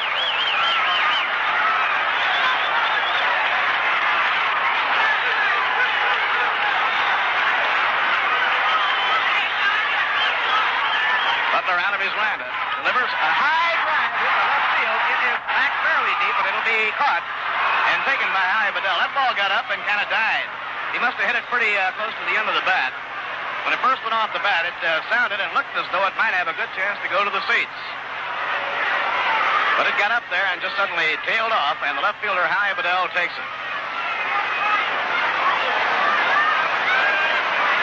The upper deck out in left field, a couple of fellows walking along carrying a banner that says, "Love those Mets." Marv Throneberry hitting. Looks at a curve outside and low. It's ball 1.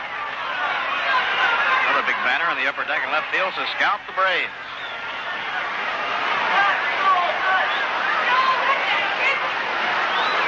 Butler cranking up, delivers.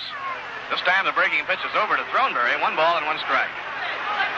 Marv 0 for 2 has reached safely on an error and bounded into a double play.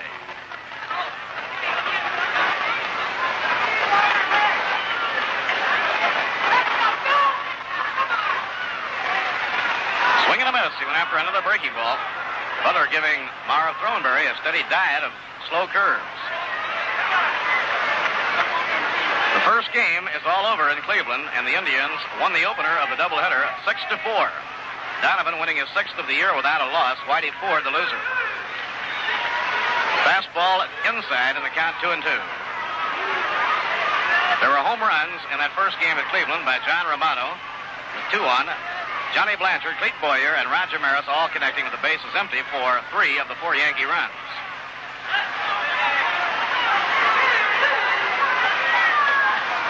Breaking ball outside, ball 3, 3-2.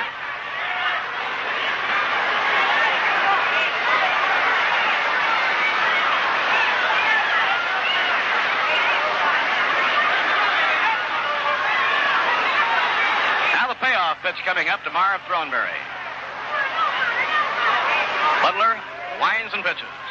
Check swing and a slow grounder down the 3rd base line. In is Samwell. The throw, not in time. He beats it out for an infield hit. Throneberry was holding up on the swing. Tapped a slow roller down the 3rd base line and beats it out. That'll be the 4th hit in the game for the New York Mets, and it brings up Gus Bell.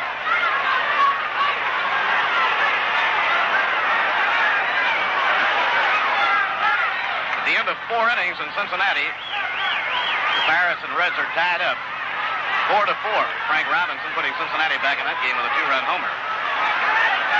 They're in the last of the 7th at Wrigley Field. Phillies and Cubs tied 3-3. First game of a doubleheader. Now the stretch, and the pitch to Bell. In the dirt, blocked by Del Crandall. No advance by Marv Throneberry. In a single game at St. Louis at the end of 4, the Cardinals lead the Dodgers 2-0.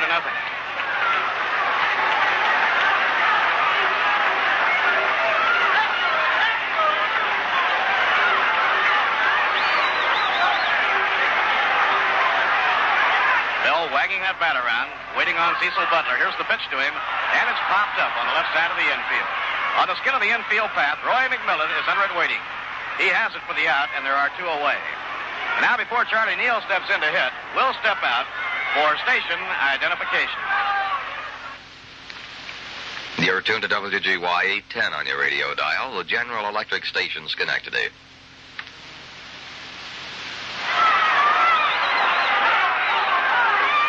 Last half of the sixth inning, the game tied 1-1. Charlie Neal with 2 for 2. Up to hit now against Cecil Butler. Butler very impressive in his first major league start. Big right-hander who throws hard. Foul tipped, strike one. Bill Crandall caught that one right on the mask.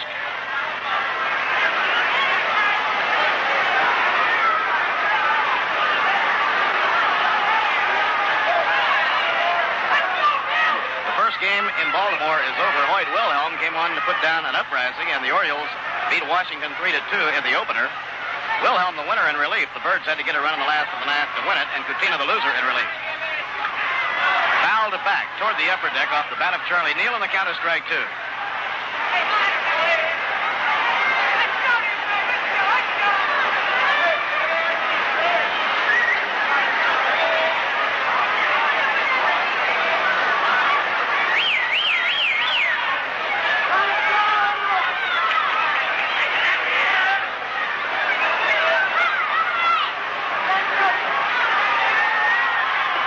Taken high by Neal. Blazing fastball by Cecil Butler, and the count 1 ball and 2 strikes. 13,477 that paid attendance this afternoon. Total crowd of 13,885.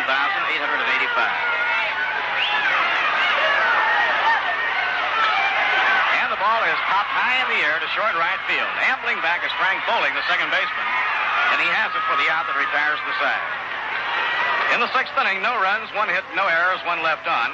At the end of 6, the score, the Braves 1 and the New York Mets 1. And this afternoon, as we go to the top half of the 7th inning, we're all tied 1-1. Both starting pitchers still in the ballgame. Jay Hook right now firing the warm-up toss. He's down to his battery mate, Hobie Landreth. And the Milwaukee Braves will be sending up the top of the batting order. Leadoff man Howie Bedell, followed by Mac Jones and Henry Aaron. In case you have joined us along the way, the New York Mets scored first this afternoon. In the bottom half of the 3rd inning, Jim Hickman walked, Elio Chicone walked. Then after Felix Mancia fouled out to first, Frank Thomas singled sharply to drive in Jim Hickman with the 1 run. Milwaukee Braves scored their 1 run in the top half of the 5th when Roy Mcmillan led off with a home run right down the left field line going into the stands at the foul pole. And that's the way the scoring has gone in a 1-1 ball game. 6 inning totals for the Braves, 1 run on 6 hits and 1 error. For the Mets, 1 run on 4 hits and 2 errors.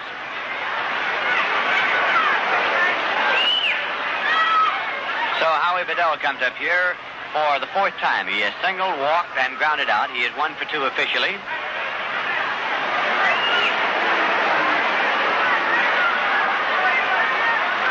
Left-hand batter and a speedster to face right-hand pitcher Jay Hook. He winds and fires, and the pitch is in there for a call, strike 1. Stan Landis is the umpire behind the plate. Tomorrow's an off day for the Mets, and they play the Chicago Cubs here at the Polo Grounds Tuesday night. Curveball hit into center field. Jim Hickman is lining it up and hauls it down. Line drive into center, taken by Hickman. Never did get very high up into the air, a low arc. So Bedell is out. 1 away, and Mac Jones is coming up. Left-hand batter, he forced Bedell in the 1st inning. He struck out in the 3rd, and he singled in the 5th. So he is 1 for 3 for the afternoon. There's a ground ball taken by Charlie Neal at second. He plays over to Thornberry in time as Mac Jones went for the first ball pitched and grounded out. 2 away for the Braves in the 7th, and Henry Aaron is coming up.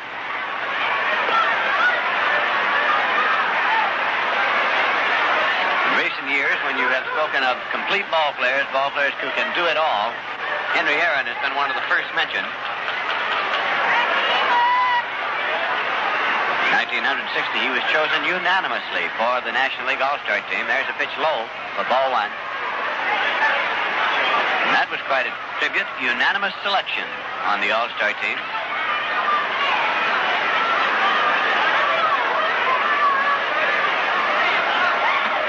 Pitch is in there for a call strike. 1-1 now to Henry Aaron. Hit into a double play in the first inning, grounded out third to first in the third, and singled in the fifth. Henry's a rather quiet individual. Doesn't have a great deal to say. He lets that bat speak for him. Pitch is in there for a call strike. It's 1-2. Aaron now backs out of the batter's box and takes a look around. Henry Aaron has good speed as well.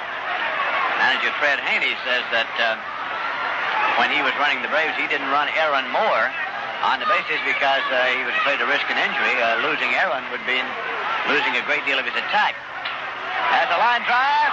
Going into left field for a base hit just out of reach of Felix Mancia. Thomas kicks it around a little bit, and Aaron moves into second base. As Thomas finally comes up and relays it in now to Mancia. So Aaron is on at second. That was a line shot. Mancia jumped for it at third, and it was barely out of his reach. Continuing on down into left, near the line, Thomas came over, started to pick it up, dropped it, but Henry Aaron was on his way to second. Never breaking stride there, continuing right on. And so Joe Adcock comes up with 2 men out and a runner at second base.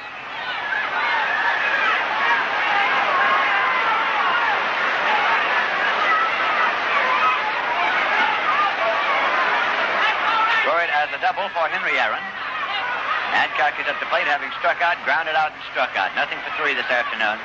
Big, powerful right-hand batter. Leans over the plate on a crouch. Curveball misses low and away. It is ball 1 now to Joe Adcock. The score is tied. The Mets won and the Braves won.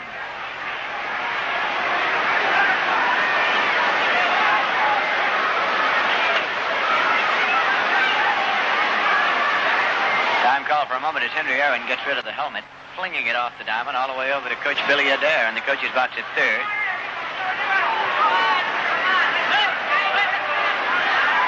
Now Jay Hook again is set to work as Henry Aaron takes his lead off the bag at second. Hook checks him and deals. Pitch goes high to Adcock.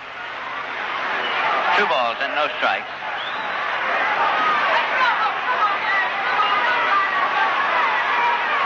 Adcock has done a great deal of distance clouding in his time in the major leagues. He can give it a ride. Generally regarded as something of a guess hitter, and if he guesses right, can give you the long, long ride. 2-0 is the count now. Here's Hook's pitch. It's high away, ball 3. 3-0 to Adcock. Del Crandall is on deck for the Milwaukee Braves. So Hook has gone 3-0 on Joe Adcock. Turns to look around the outfield, takes the glove off. Adcock, in the meantime, is looking down to Billy Adair, the coach at third, to see if he is turned loose on 3-0 or if manager Bertie Tebbetts wants him to take. Adair, the coach at third, relays the signs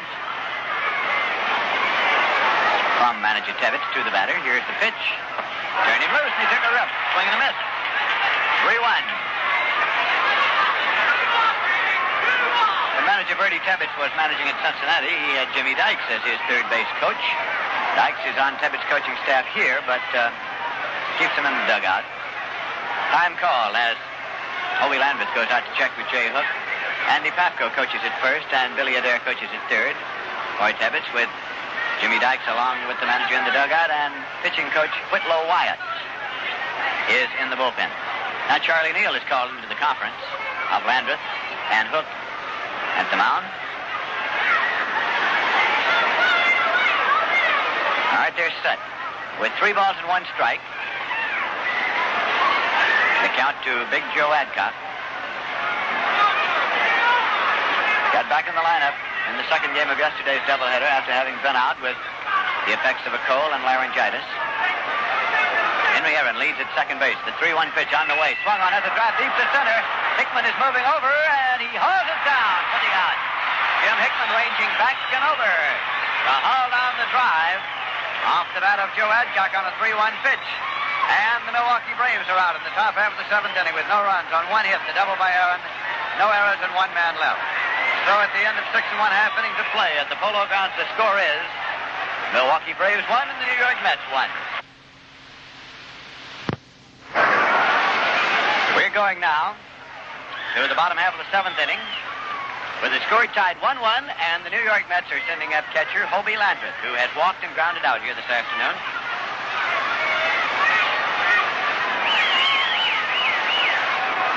A crowd of 13,477 paid this Sunday afternoon.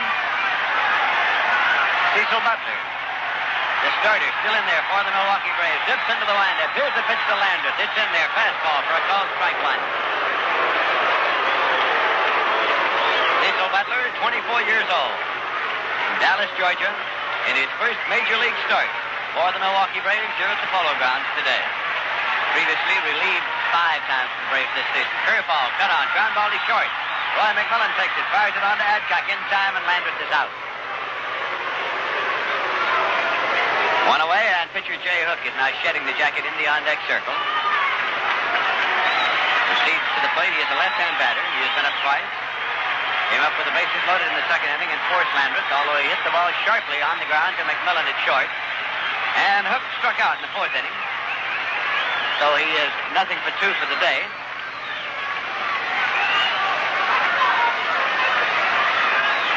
The New York Mets batting in the bottom half of the 7th inning with the score tied 1-1. Butler, 6 feet 4 inches tall. He weighs 198 pounds. Big fella. Dips into the full windup. The pitch is in there for a called strike one. He fired the fastball.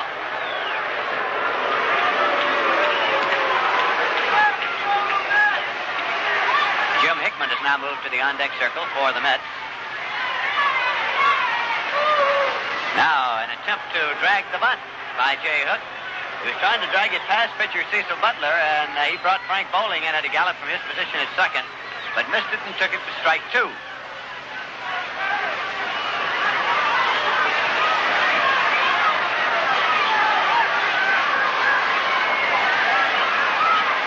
Again, Butler's ready to work. Swung on and foul back into the upper deck behind the plate, out of play. Count holds at 2 strikes on Jay Hook, with 1 man out and nobody on base for the Mets.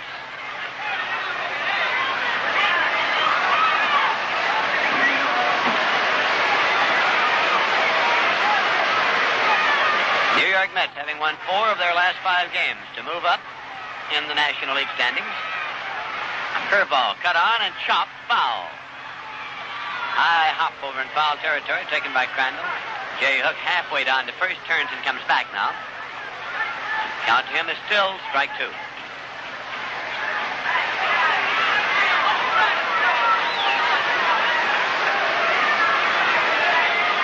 Chicago Cubs in for a night game Tuesday and a single game on Wednesday afternoon.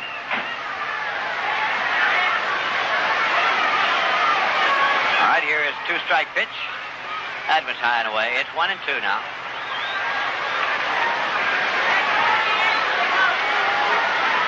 You know, there are managers in baseball who do not believe that a batter should ever be allowed to hit a 2-strike pitch.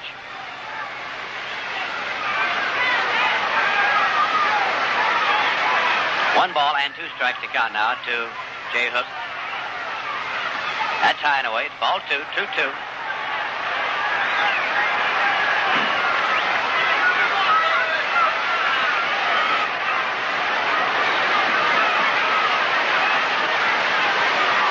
Cecil Butler getting the sign. Into the windup and the pitch. Swung on and has a fly ball to left field. Howie Bedell is over and he takes it for the out. Appeared to lose it right at the last moment and ducked out of the way, turned his head, but took it in the glove right on his shoulder, but turned his head sharply. Now relays the ball in. 2 men out, nobody on, and Jim Hickman coming up now for the New York Mets. Hickman popped to short, walked and struck out. Took a called 3rd strike. And now time has been called, and Bedell has asked for the sunglasses. Apparently lost that one. Right at the last moment, he got it up into the sun. So now time has been called, and he has come over into foul territory down the line and left. The glasses have been taken out to him. They're taken out in the case, and he is selecting a pair. Putting them on now.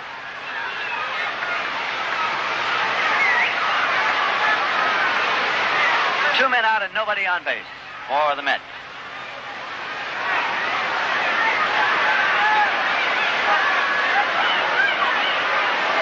Cecil Butler on the mound is waiting for Bedell to get into position.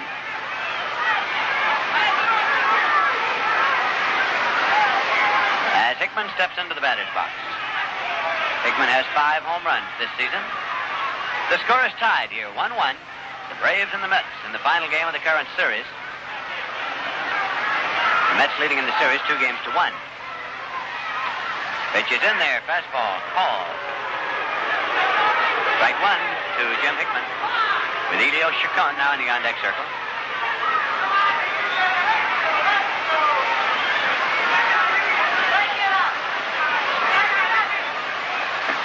Blown away. Watch that one outside. It's 1-1.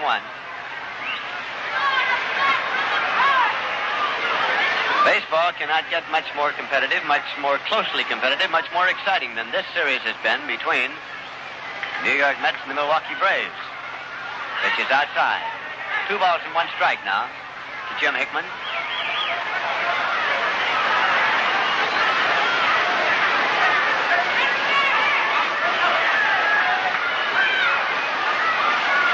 Samwell at third plays Hickman to pull over there close to the bag. As it goes down the left field line, it's a fair ball going to the wall. Hickman turns at first, is heading for second. Bedell's throw is coming into second. Hickman slides in safely at second base. Mike Bowling took the throw in from Bedell, but Hickman, with long striding speed, slid in safely for a double. The line shot down the line and left. One out to the wall, and Bedell played the ricochet perfectly. The rebound off the wall. So now the Mets have Hickman in scoring position at second, with 2 men out and Elio Chicone coming up.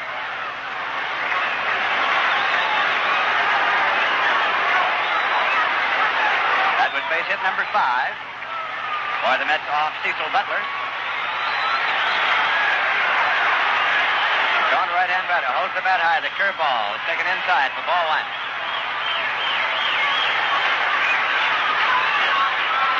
This is as long as Cecil Butler has ever pitched in a major league game. This is his first start. He had 5 relief appearances previously, the longest 4 in a third inning. That's curveball got in there. It's 1-1.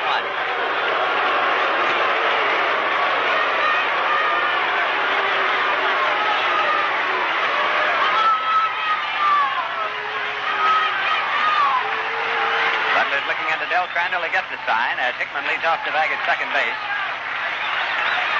Butler is into the stretch and the pitch. In there for a call, strike 2. And Elio Chacon steps out of the batter's box, walks around in a little circle and comes back in. 1-2. Chacon broke out in a rash of base hits yesterday. 3 for 3 in the second game, 2 for 4 in the first game. Had a couple of walks into the bargain. He was all over the ballpark yesterday in the doubleheader, won by the Mets. There's the 1-2 pitch outside. It's 2-2 now to Chacon. The score is tied. The Mets won and the Braves won, with Felix Mancia now in the on-deck circle.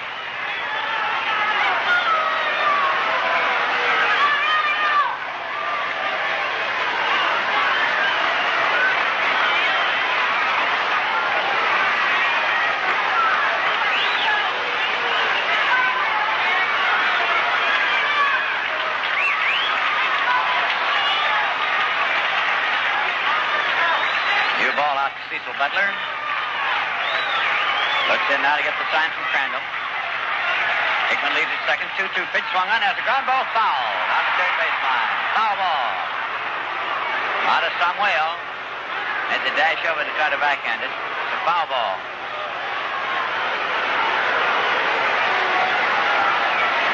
Coming into this afternoon's ball game, the New York Mets had hit a home run in every game played at the Polo Grounds this season. They do not yet have one in this ball game. That's tipped off foul. A check swing by Chacon, who was going to take a pitch that appeared to be high. Instead, it hit his bat and came on back onto the screen. So the count holds at 2-2. Score tied here, 1-1. The New York Mets scored first, and then Roy Mcmillan hit a homer for the Braves to tie it up. Hickman leads at second base. Here's a 2-2 pitch. Tight. It's out full. 3-2 now to Elio Chicone. Already this season, these Milwaukee Braves have been involved in 12 one-run games. They have won 5 and lost 7 of the games decided by 1 run. 3-2 pitches hit to the right side. Truco base hit. Hickman turns to third, and he's coming home as Mac Jones' throw is coming on not in time, and Hickman scores. Elio Chicone with a single to right. The score, Hickman from second, and the Mets lead by a score of 2-1.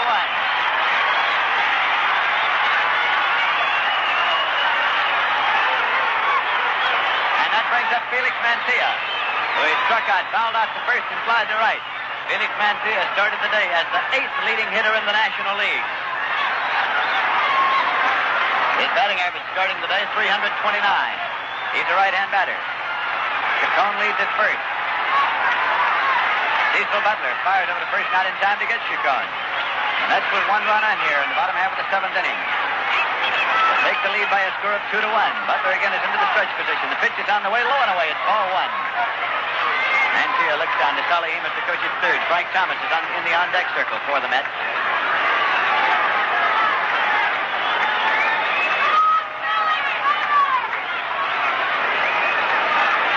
All right, Mancia is set to go once again in there, swinging the timber.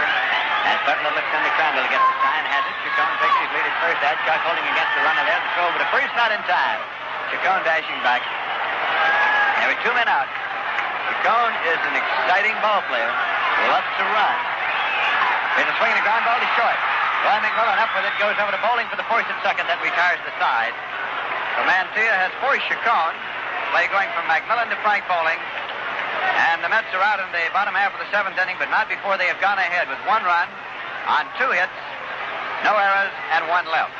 And at the end of 7 full innings of play, the score is New York Mets 2 and the Milwaukee Braves 1.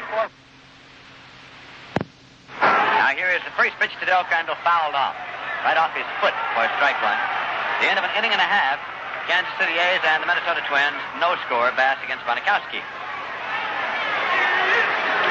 So that's the way scores are going elsewhere in the major leagues. And right here, Milwaukee Braves are batting in the top half of the 8th inning. With the Mets leading them 2-1, Del Crandall up has been on an error, grounded out, and walked. So he's nothing for 2 officially, and the count to him right now is strike 1.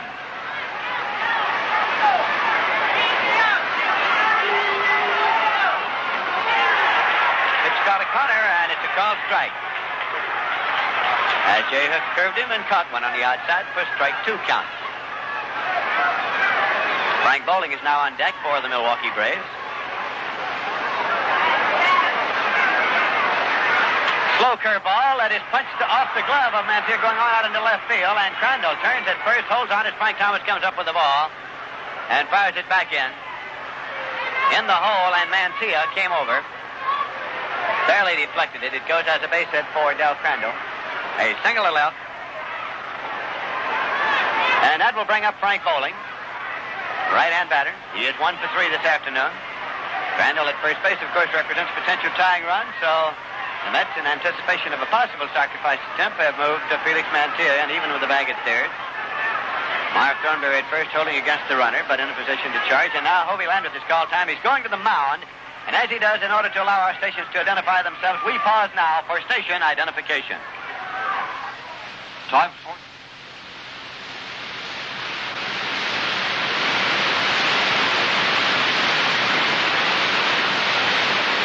All right, Landreth comes back to assume his position behind the plate. This is Lindsey Nelson with Ralph Kiner and Bob Murphy at the Polo Grounds. No count as yet to Frank Bowling at the plate. Takes the pitch low for ball 1. He was not bunting on that pitch. He watched it over. He looks down now to Billy Adair.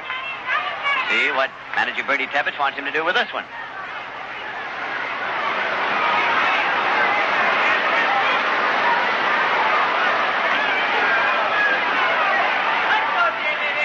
Swung on and has a fly ball down the line and right. It is hitting the foul pole, and it's a home run for Frank Bowling. It hits the foul pole, and it's a home run for Frank Bowling, scoring. Del Crandall ahead of him. Right down the line and right, and hit the pole between decks.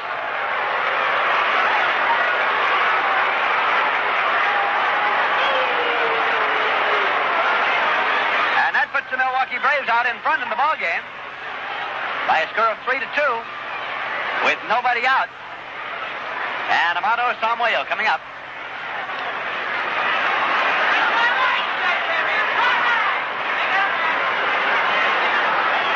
Pitch is bunted down to third baseline, foul ball.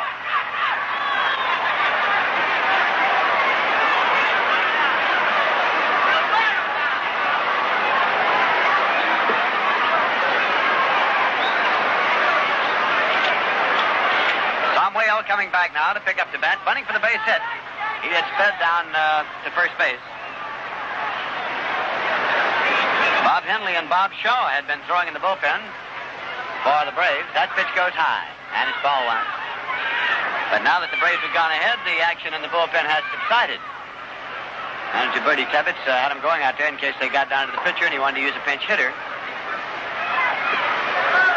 Tried to check the swing, but he goes as a strike. Umpire Stan Landis behind the plate says Samwell did bring it around 4 enough, and it is a called strike to him. It's 1 ball and 2 strikes now.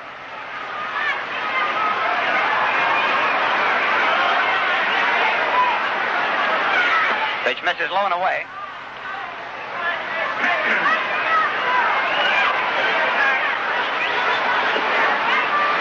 Action in the bullpen for the New York Mets now. Bob Miller and Craig Anderson throwing in the bullpen. Craig Anderson got credit for both victories yesterday in relief. Here's a curveball hit on the ground. Mancia can't get it. It goes through. On out into left field. It scored as an error on Mancia. Mancia got a slow start, came over and was going to glove it with one hand. Instead, he didn't impede it at all. It continued right on out into left field, and the official score says error.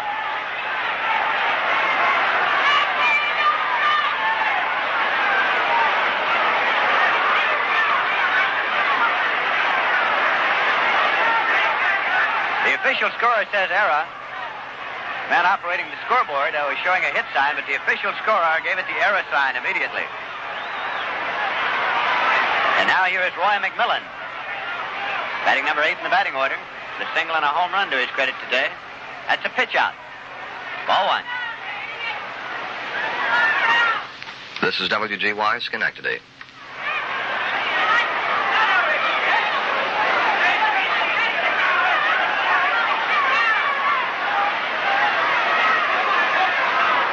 Jay Hook throws over to first, but not in time to get Amato Samwell.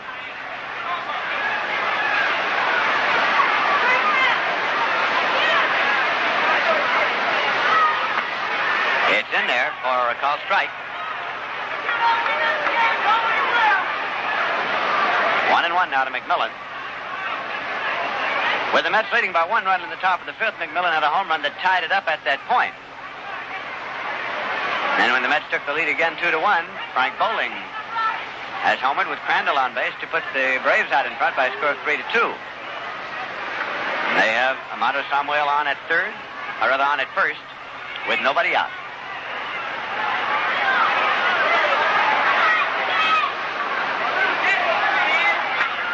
There's a drive foul down the right field line into the stands and out of play.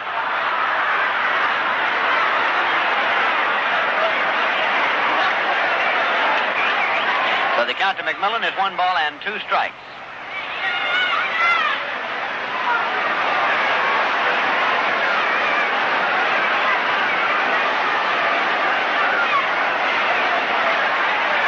Scoreboard total has now been rearranged to score that play on Samwell as an error. Throw to first is not in time, rolls a few feet away from Marv Thornberry. He recovers and fires it back on over to Jay Hook at the mound.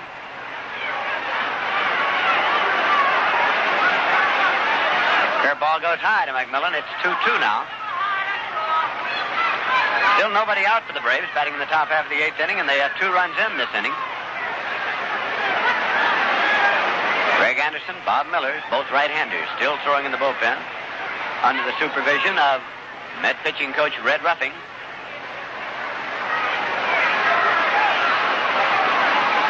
Pitch to Mcmillan, swung on, and there's a drive foul that is going down the left field line and into the upper deck. But a foul ball. The count holds at 2-2. Pitcher Cecil Butler due up next for the Milwaukee Braves. There is right now no action in the bullpen of the Braves.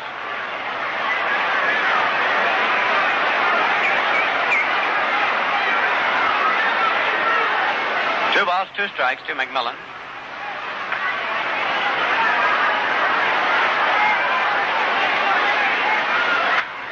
ground ball going to Charlie Neal. He steps on the bag, throws to first in time. Double play. Roy Mcmillan hitting into a double play. Charlie Neal, who stepped on the bag and threw on to first.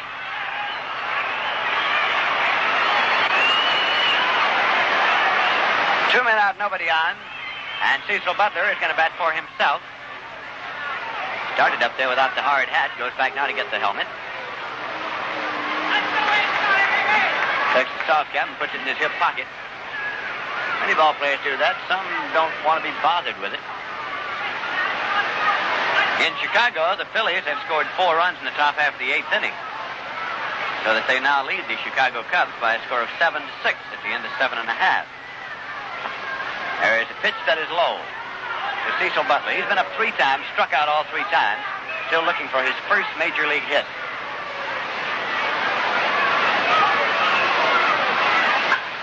There's a ground ball to Charlie Neal. He has it, lays over to Thornberry in time, and Butler is out.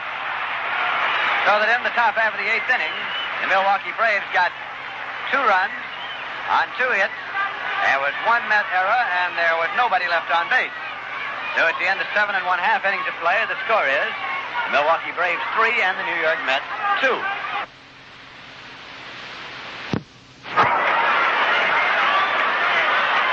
As we go to the bottom half of the 8th inning, the New York Mets will send up Frank Thomas, Marv Thornberry, and Gus Bell. Cecil Butler, the starter for the Milwaukee Braves, still in there as the Mets trail by 1 run. Third baseman Sami Samwell moves over near the bag to play Thomas. Has a check swing foul ball off the end of the bat and right down into the dirt. Goes for strike 1 to Frank Thomas. Manager Bertie Tebbets out of the dugout now. Coming out toward home plate. Stan Landis, the umpire behind the plate, explaining the call to Tebbets.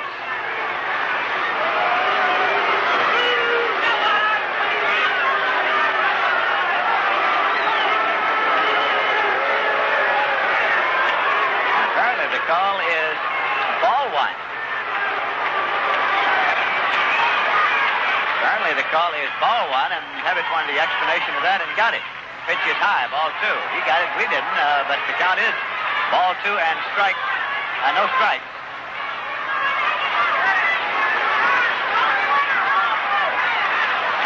That is swung on and fouled off. So it's 2 and 1 now. First pitch appeared to have been fouled off the end of the bat, apparently not, as it is 2 balls and 1 strike now to Frank Thomas.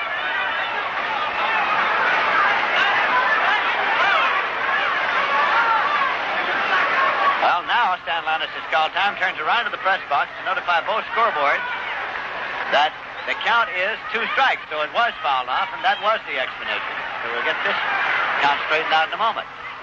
That pitch is high, so now it is 2-2. 2 balls, 2 strikes to count to Thomas. The first one was fouled off, and that was why Tebbets was so easily satisfied with that explanation.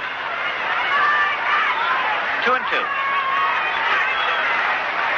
Their ball is full foul on the ground.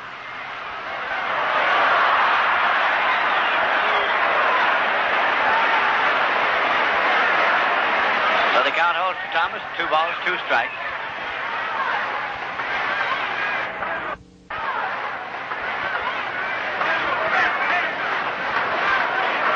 Cecil Butler going after his second win of the season, brings the pitch inside for ball. It's 3 and 2. So it's a full count to Thomas.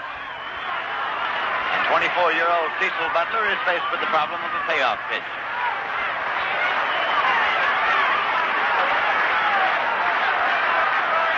Into the windup, and the pitch is on the way. Swung on, ground ball to third base. Samwell has it. The long throw across the diamond to Adcock in time, and Thomas is out.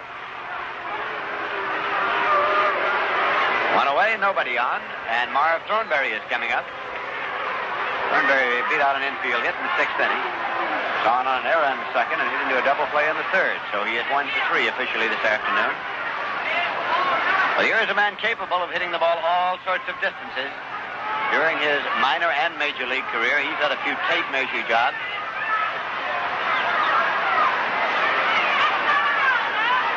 But has not had a home run this season, either with the Baltimore Orioles or the New York Mets. Swinging a foul ball coming back.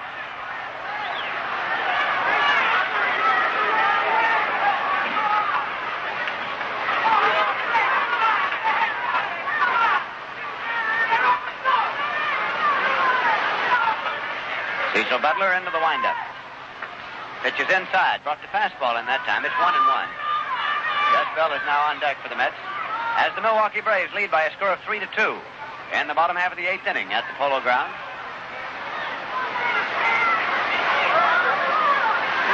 Butler again is set to work. Pitch is on the way. It's low for a ball.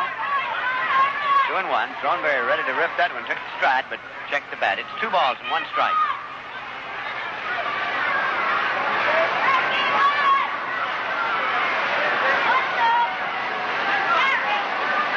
Shining brightly here at the Polo Grounds. Swinging a foul ball, pulled to the right side, rolling off foul and out of play. 2 balls and 2 strikes now to Thornberry. When originally signed, Marv and his brother Fay formed a brother combination. Marv Thornberry, Fay Thornberry. Here's the pitch. Swing and a miss. Struck him out. That is strikeout number 6 for Cecil Butler. He has walked 2. There are 2 men out for the Mets.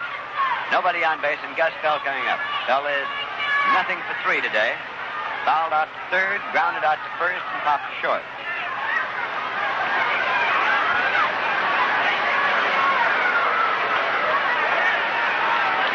Bottom half of the 8th inning with the Braves leading the Mets by 1 run. That's one that's going toward right field. It's up and it's going. It is gone. A foul ball. Ever so close. And Bell now turns reluctantly and is coming back to home plate. Mac Jones in right field did not move at all because it was obvious and that was up high enough. But going foul by the scantest of margins. And a disappointed Gus Bell comes back to the plate. Got a hold of that one and gave it a ride, but it goes foul just by inches as Vinnie Smith, the umpire at first, gave it the call. There's a swing and a miss, and it's strike 2 now to Gus Bell.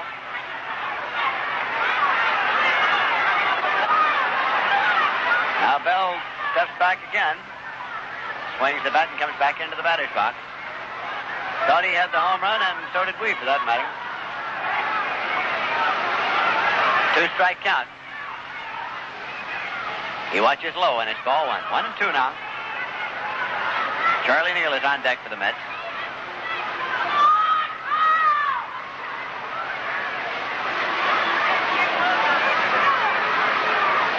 Cecil Butler looking in to get the sign from Del Crandall. Into the windup. Here's the pitch. Swung on, and this is popped up behind the bag at third in foul territory. Samwell giving it a run. Does he have a play? He stabs it with one hand for the out. Backhanded it near the railing in front of the box seats. So that Bell is fouled out. And in the bottom half of the 8th inning, the Mets are out in order. No runs, no hits, no errors, and nobody left. And at the end of 8 full innings of play, the score is the Milwaukee Braves 3 and the New York Mets 2.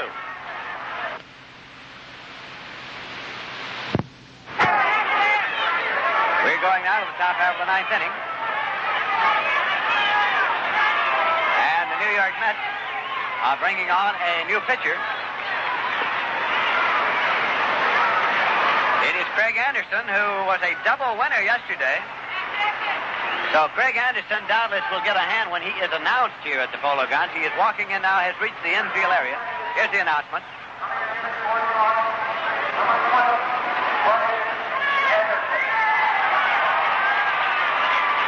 There is the greeting for Craig Anderson, who got credit for both victories of the New York Mets yesterday. He has strung together 9 scoreless innings consecutively in relief. Has won 3 games.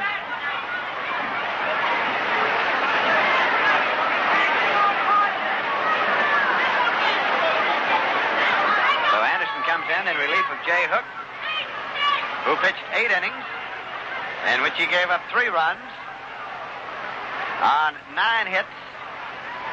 He struck out 7 and walked 3. Very creditable performance by Jay Hook this afternoon. Craig Anderson will be facing the top of the batting order for the Milwaukee Braves here in the top of the ninth inning. Howie Bedell, Mac Jones, and Henry Aaron. Craig Anderson is a right-hander. He is 23 years old, was selected in the expansion draft by the New York Mets off the roster of the St. Louis Cardinals. Howie Bedell, left-hand batter and a speedster, singled in the first inning, walked in the third, grounded out short to first in the fifth, and flied to center in the seventh. 1-3 and a walk. Braves leading by a score of 3-2.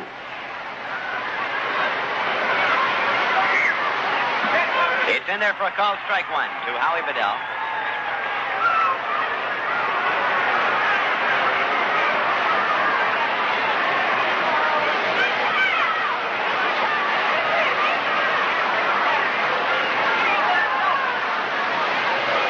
Swing and a miss. 2 quick strikes on Bedell. Craig Anderson now takes a moment to rub the gloss off the ball. Wind blowing directly in here at the Polo Grounds from center field. Curveball comes inside. It's 1-2, a sharp breaking curveball. Howie Bedell started the day with a batting average of 221.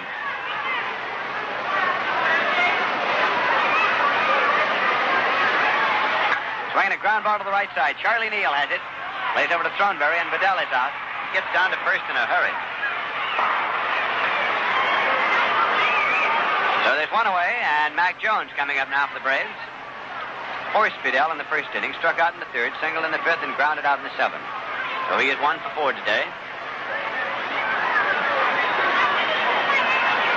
Tall, thin, left-hand batter. Right-hander Craig Anderson with the windup. Pitch is inside for ball.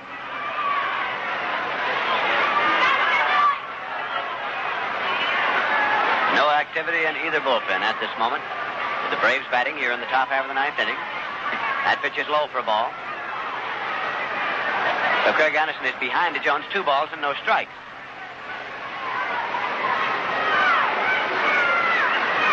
Henry Aaron is swinging the bats in the on-deck circle for the Braves. Here's a 2-0 pitch to Mac Jones. Swing and a miss. He was turned loose and took a full cut at the 2-0 pitch. It's 2-1 now.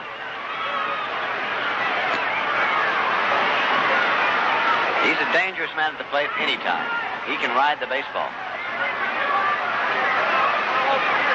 Holds that bat high. Pitches right down the pike. Fastball in there for a call strike 2. Threw it past him. 2-2.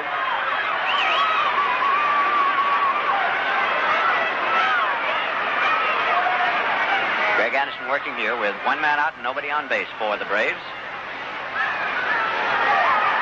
The pitch is inside, so it's a full count now to Mac Jones.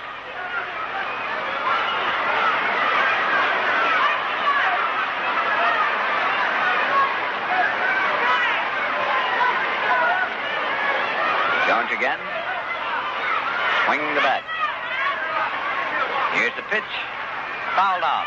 So the count holds at 3 balls and 2 strikes. Cleared attendance here this afternoon, 13,447. Tomorrow's an off day for the Mets, and the Chicago Cubs will be in on Tuesday night for a single game at 8 p.m. and a single game on Wednesday afternoon. Here's a payoff pitch to Jones, swung on and fouled off. The count holds 3-2. Obie Landers comes over to retrieve this one and flips it over to umpire Stan Landis, who examines it and says it's all right, tosses it back out.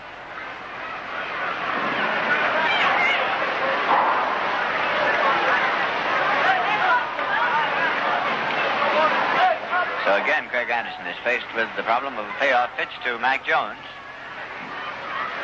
He bats number 2 in the batting order of Bertie Tevitt's Milwaukee Braves. Here's a pitch, high, ball 4, he walked him. That is the first walk given up by Anderson, of course. Jay Hook walked 3, so that is the 4th walk given up to the Braves, and it brings up Henry Aaron. Hit into a double play, grounded out third to first, single and double. Ever dangerous Henry Aaron. Extremely fast hand. He's slight of build. He weighs 170, but has power in all directions.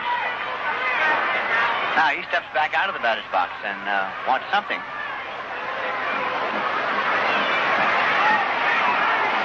Bat boy brings him out another bat. He looks at the two together.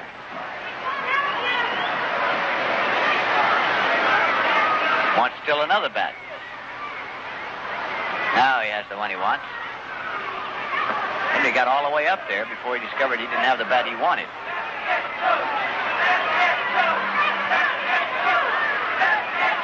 Mac Jones, base runner at first, with one man out. Craig Anderson steps off the rubber, and Jones shortens up his lead.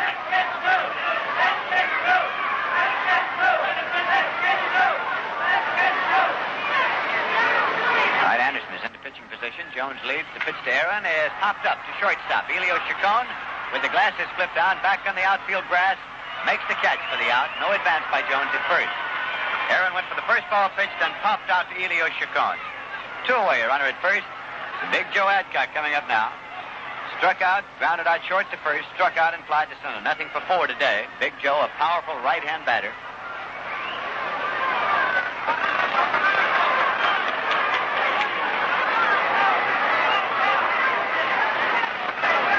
Two men out for the Braves in the top of the ninth.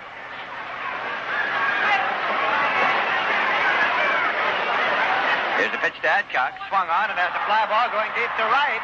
It is a foul ball into the upper deck to the right of the foul pole. As the stands buzzing, it's strike one. Mac Jones returns to the bag at first.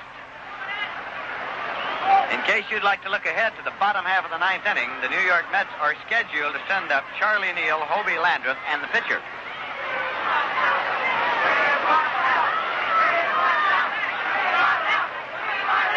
Throw over to first is not in time. Mac Jones got back safely. Here's a pitch to Adcock. Swung out and missed for strike two. So it is a two-strike count.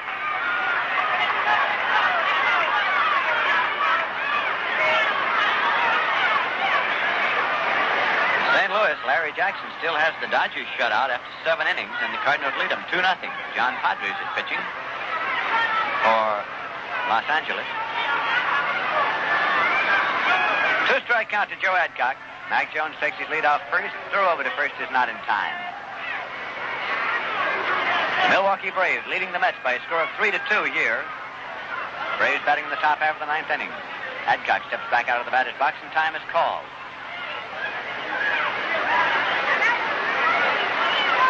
Now he comes back in. Two-strike count to him. Pitch out. It's 1-2.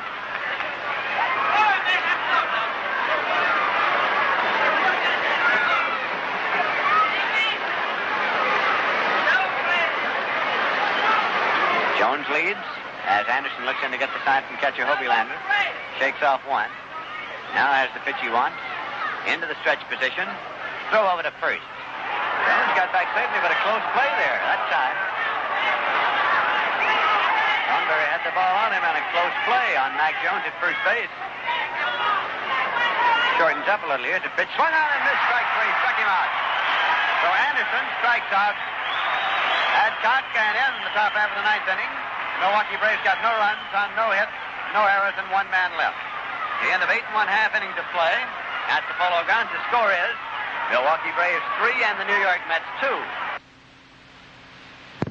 Like the song says, people everywhere sing out, "My beer is Rheingold, the dry beer." And dry tells you why. Yes, sir. Dry tells you Rheingold has a brisk, bright, clean taste all its own. Discover the difference dry makes. Pour yourself a tall, refreshing glass of Rheingold Extra Dry and enjoy it along with the ball game. We're going now to the bottom half of the ninth inning. Before we do, in order to allow our stations to identify themselves, we pause now for station identification. You're listening to WGY 810 on your radio dial, the General Electric Station, Schenectady. Now for the Milwaukee Braves, a defensive change. Tommy Aaron is in at first base. Tommy Aaron is playing first base defensively for the Milwaukee Braves. Charlie Neal is up for the Mets. Cecil Butler's pitch is taken inside for ball one. Neal today single, and pops second. trailing by 1 run going into the bottom half of the 9th inning. Cecil Butler in his first major league start for the Milwaukee Braves has come all the way. Here's a drive from the left field, but Howie Bedell ranges over and hauls it down. On the button, a line drive into left center, pulled down, and there's one away. Coming up now, Hobie Landreth.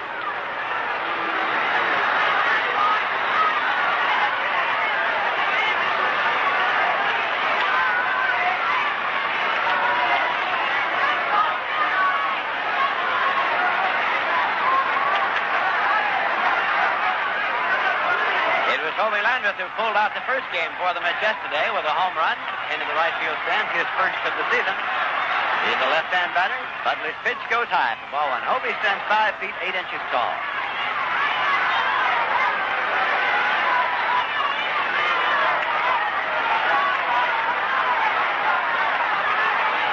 Ball 1 count to him. Up in the pitch swung on a ground ball going to the right side. Bowling has it at second place to Tommy Aaron, 2 men out. And now Ed Boucher is going to bat for Craig Anderson. Ed Boucher is going to bat for Craig Anderson, and it is up to him as far as the Mets are concerned.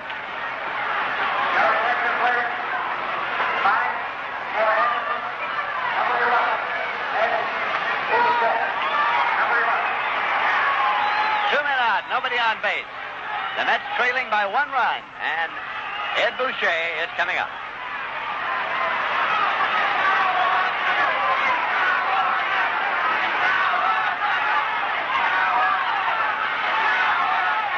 Pitch to him is low for ball 1.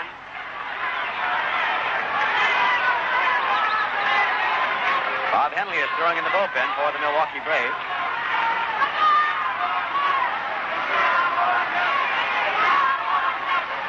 Here's the windup and the pitch. Swung on and missed. 1-1. Boucher gave that one a riffle. Jim Hickman is in the on-deck circle now for the Mets.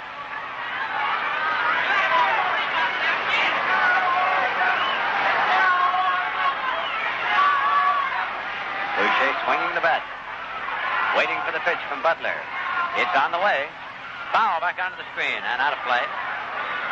Rebounding back onto the field. 1 ball and 2 strikes now to Boucher.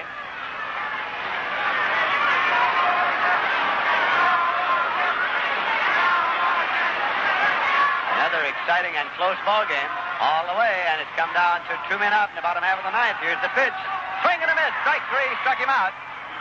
Strikeout number 7 for Cecil Butler, who gets the victory as the ball game is over. Butler getting congratulations all around. His first major league complete game. It was his first major league start, and he ended it with a strikeout of Boucher. Strikeout number 7 for him for the day. We'll be back with the final summary and totals in just a moment. In the bottom half of the 9th inning, the Mets got no runs on, no hits, no errors, and nobody left. The final score of the ball game, Milwaukee Braves 3 and the New York Mets 2. You know, the New York area has just about everything. It's the most wonderful place in the world. Yes, sir, you name it, New York's got it. Parks, beaches, baseball, football, golf, lakes, amusements. People in New York have a lot to choose from, and that goes for beers, too. There are quite a few brands of beer on the market. I think it's really something that of all the brands of beer available, New Yorkers have made Rheingold Extra Dry their favorite. That's quite a tribute to the quality of Rheingold. Rheingold is brewed of the choicest ingredients, brewed the long, slow, costly way, the extra dry way. And Extra Dry tells you why Rheingold is so wonderful, so much more refreshing. It's beer as beer should taste, brisk and bright and clean, clear through. Why not enjoy the extra refreshment of Rheingold Extra Dry beer along with the game? Join all the millions who say, my beer is Rheingold, the dry beer. Well, here at the Polo Grounds, the Milwaukee Braves have pulled out a 1-run decision over the New York Mets by a score of 3-2, so that the 2 teams have split the 4-game series. The Milwaukee Braves won by 8-5 on Friday night. The Mets won 2 yesterday, and the Braves came back to win this afternoon. Jay Hook was the starter, and he went 8 innings for the New York Mets. Craig Anderson coming on to relieve him, and Craig Anderson stretched his string of scoreless innings pitched to 10 by getting the Braves out with no damage in the 9th inning. Cecil Butler, in his first major league start, went all the way to get the victory, his second of the season, for the Milwaukee Braves. The New York Mets scored first in the ball game as they pushed across a run in the 3rd inning. Jim Hickman walked, Elio Chicone walked, and then Frank Thomas singled to score Jim Hickman. But the Milwaukee Braves tied it up in the top half of the fifth on Roy McMillan's home run. And then the New York Mets again went ahead in the bottom half of the seventh inning when Jim Hickman doubled and Elio Chicone singled him home.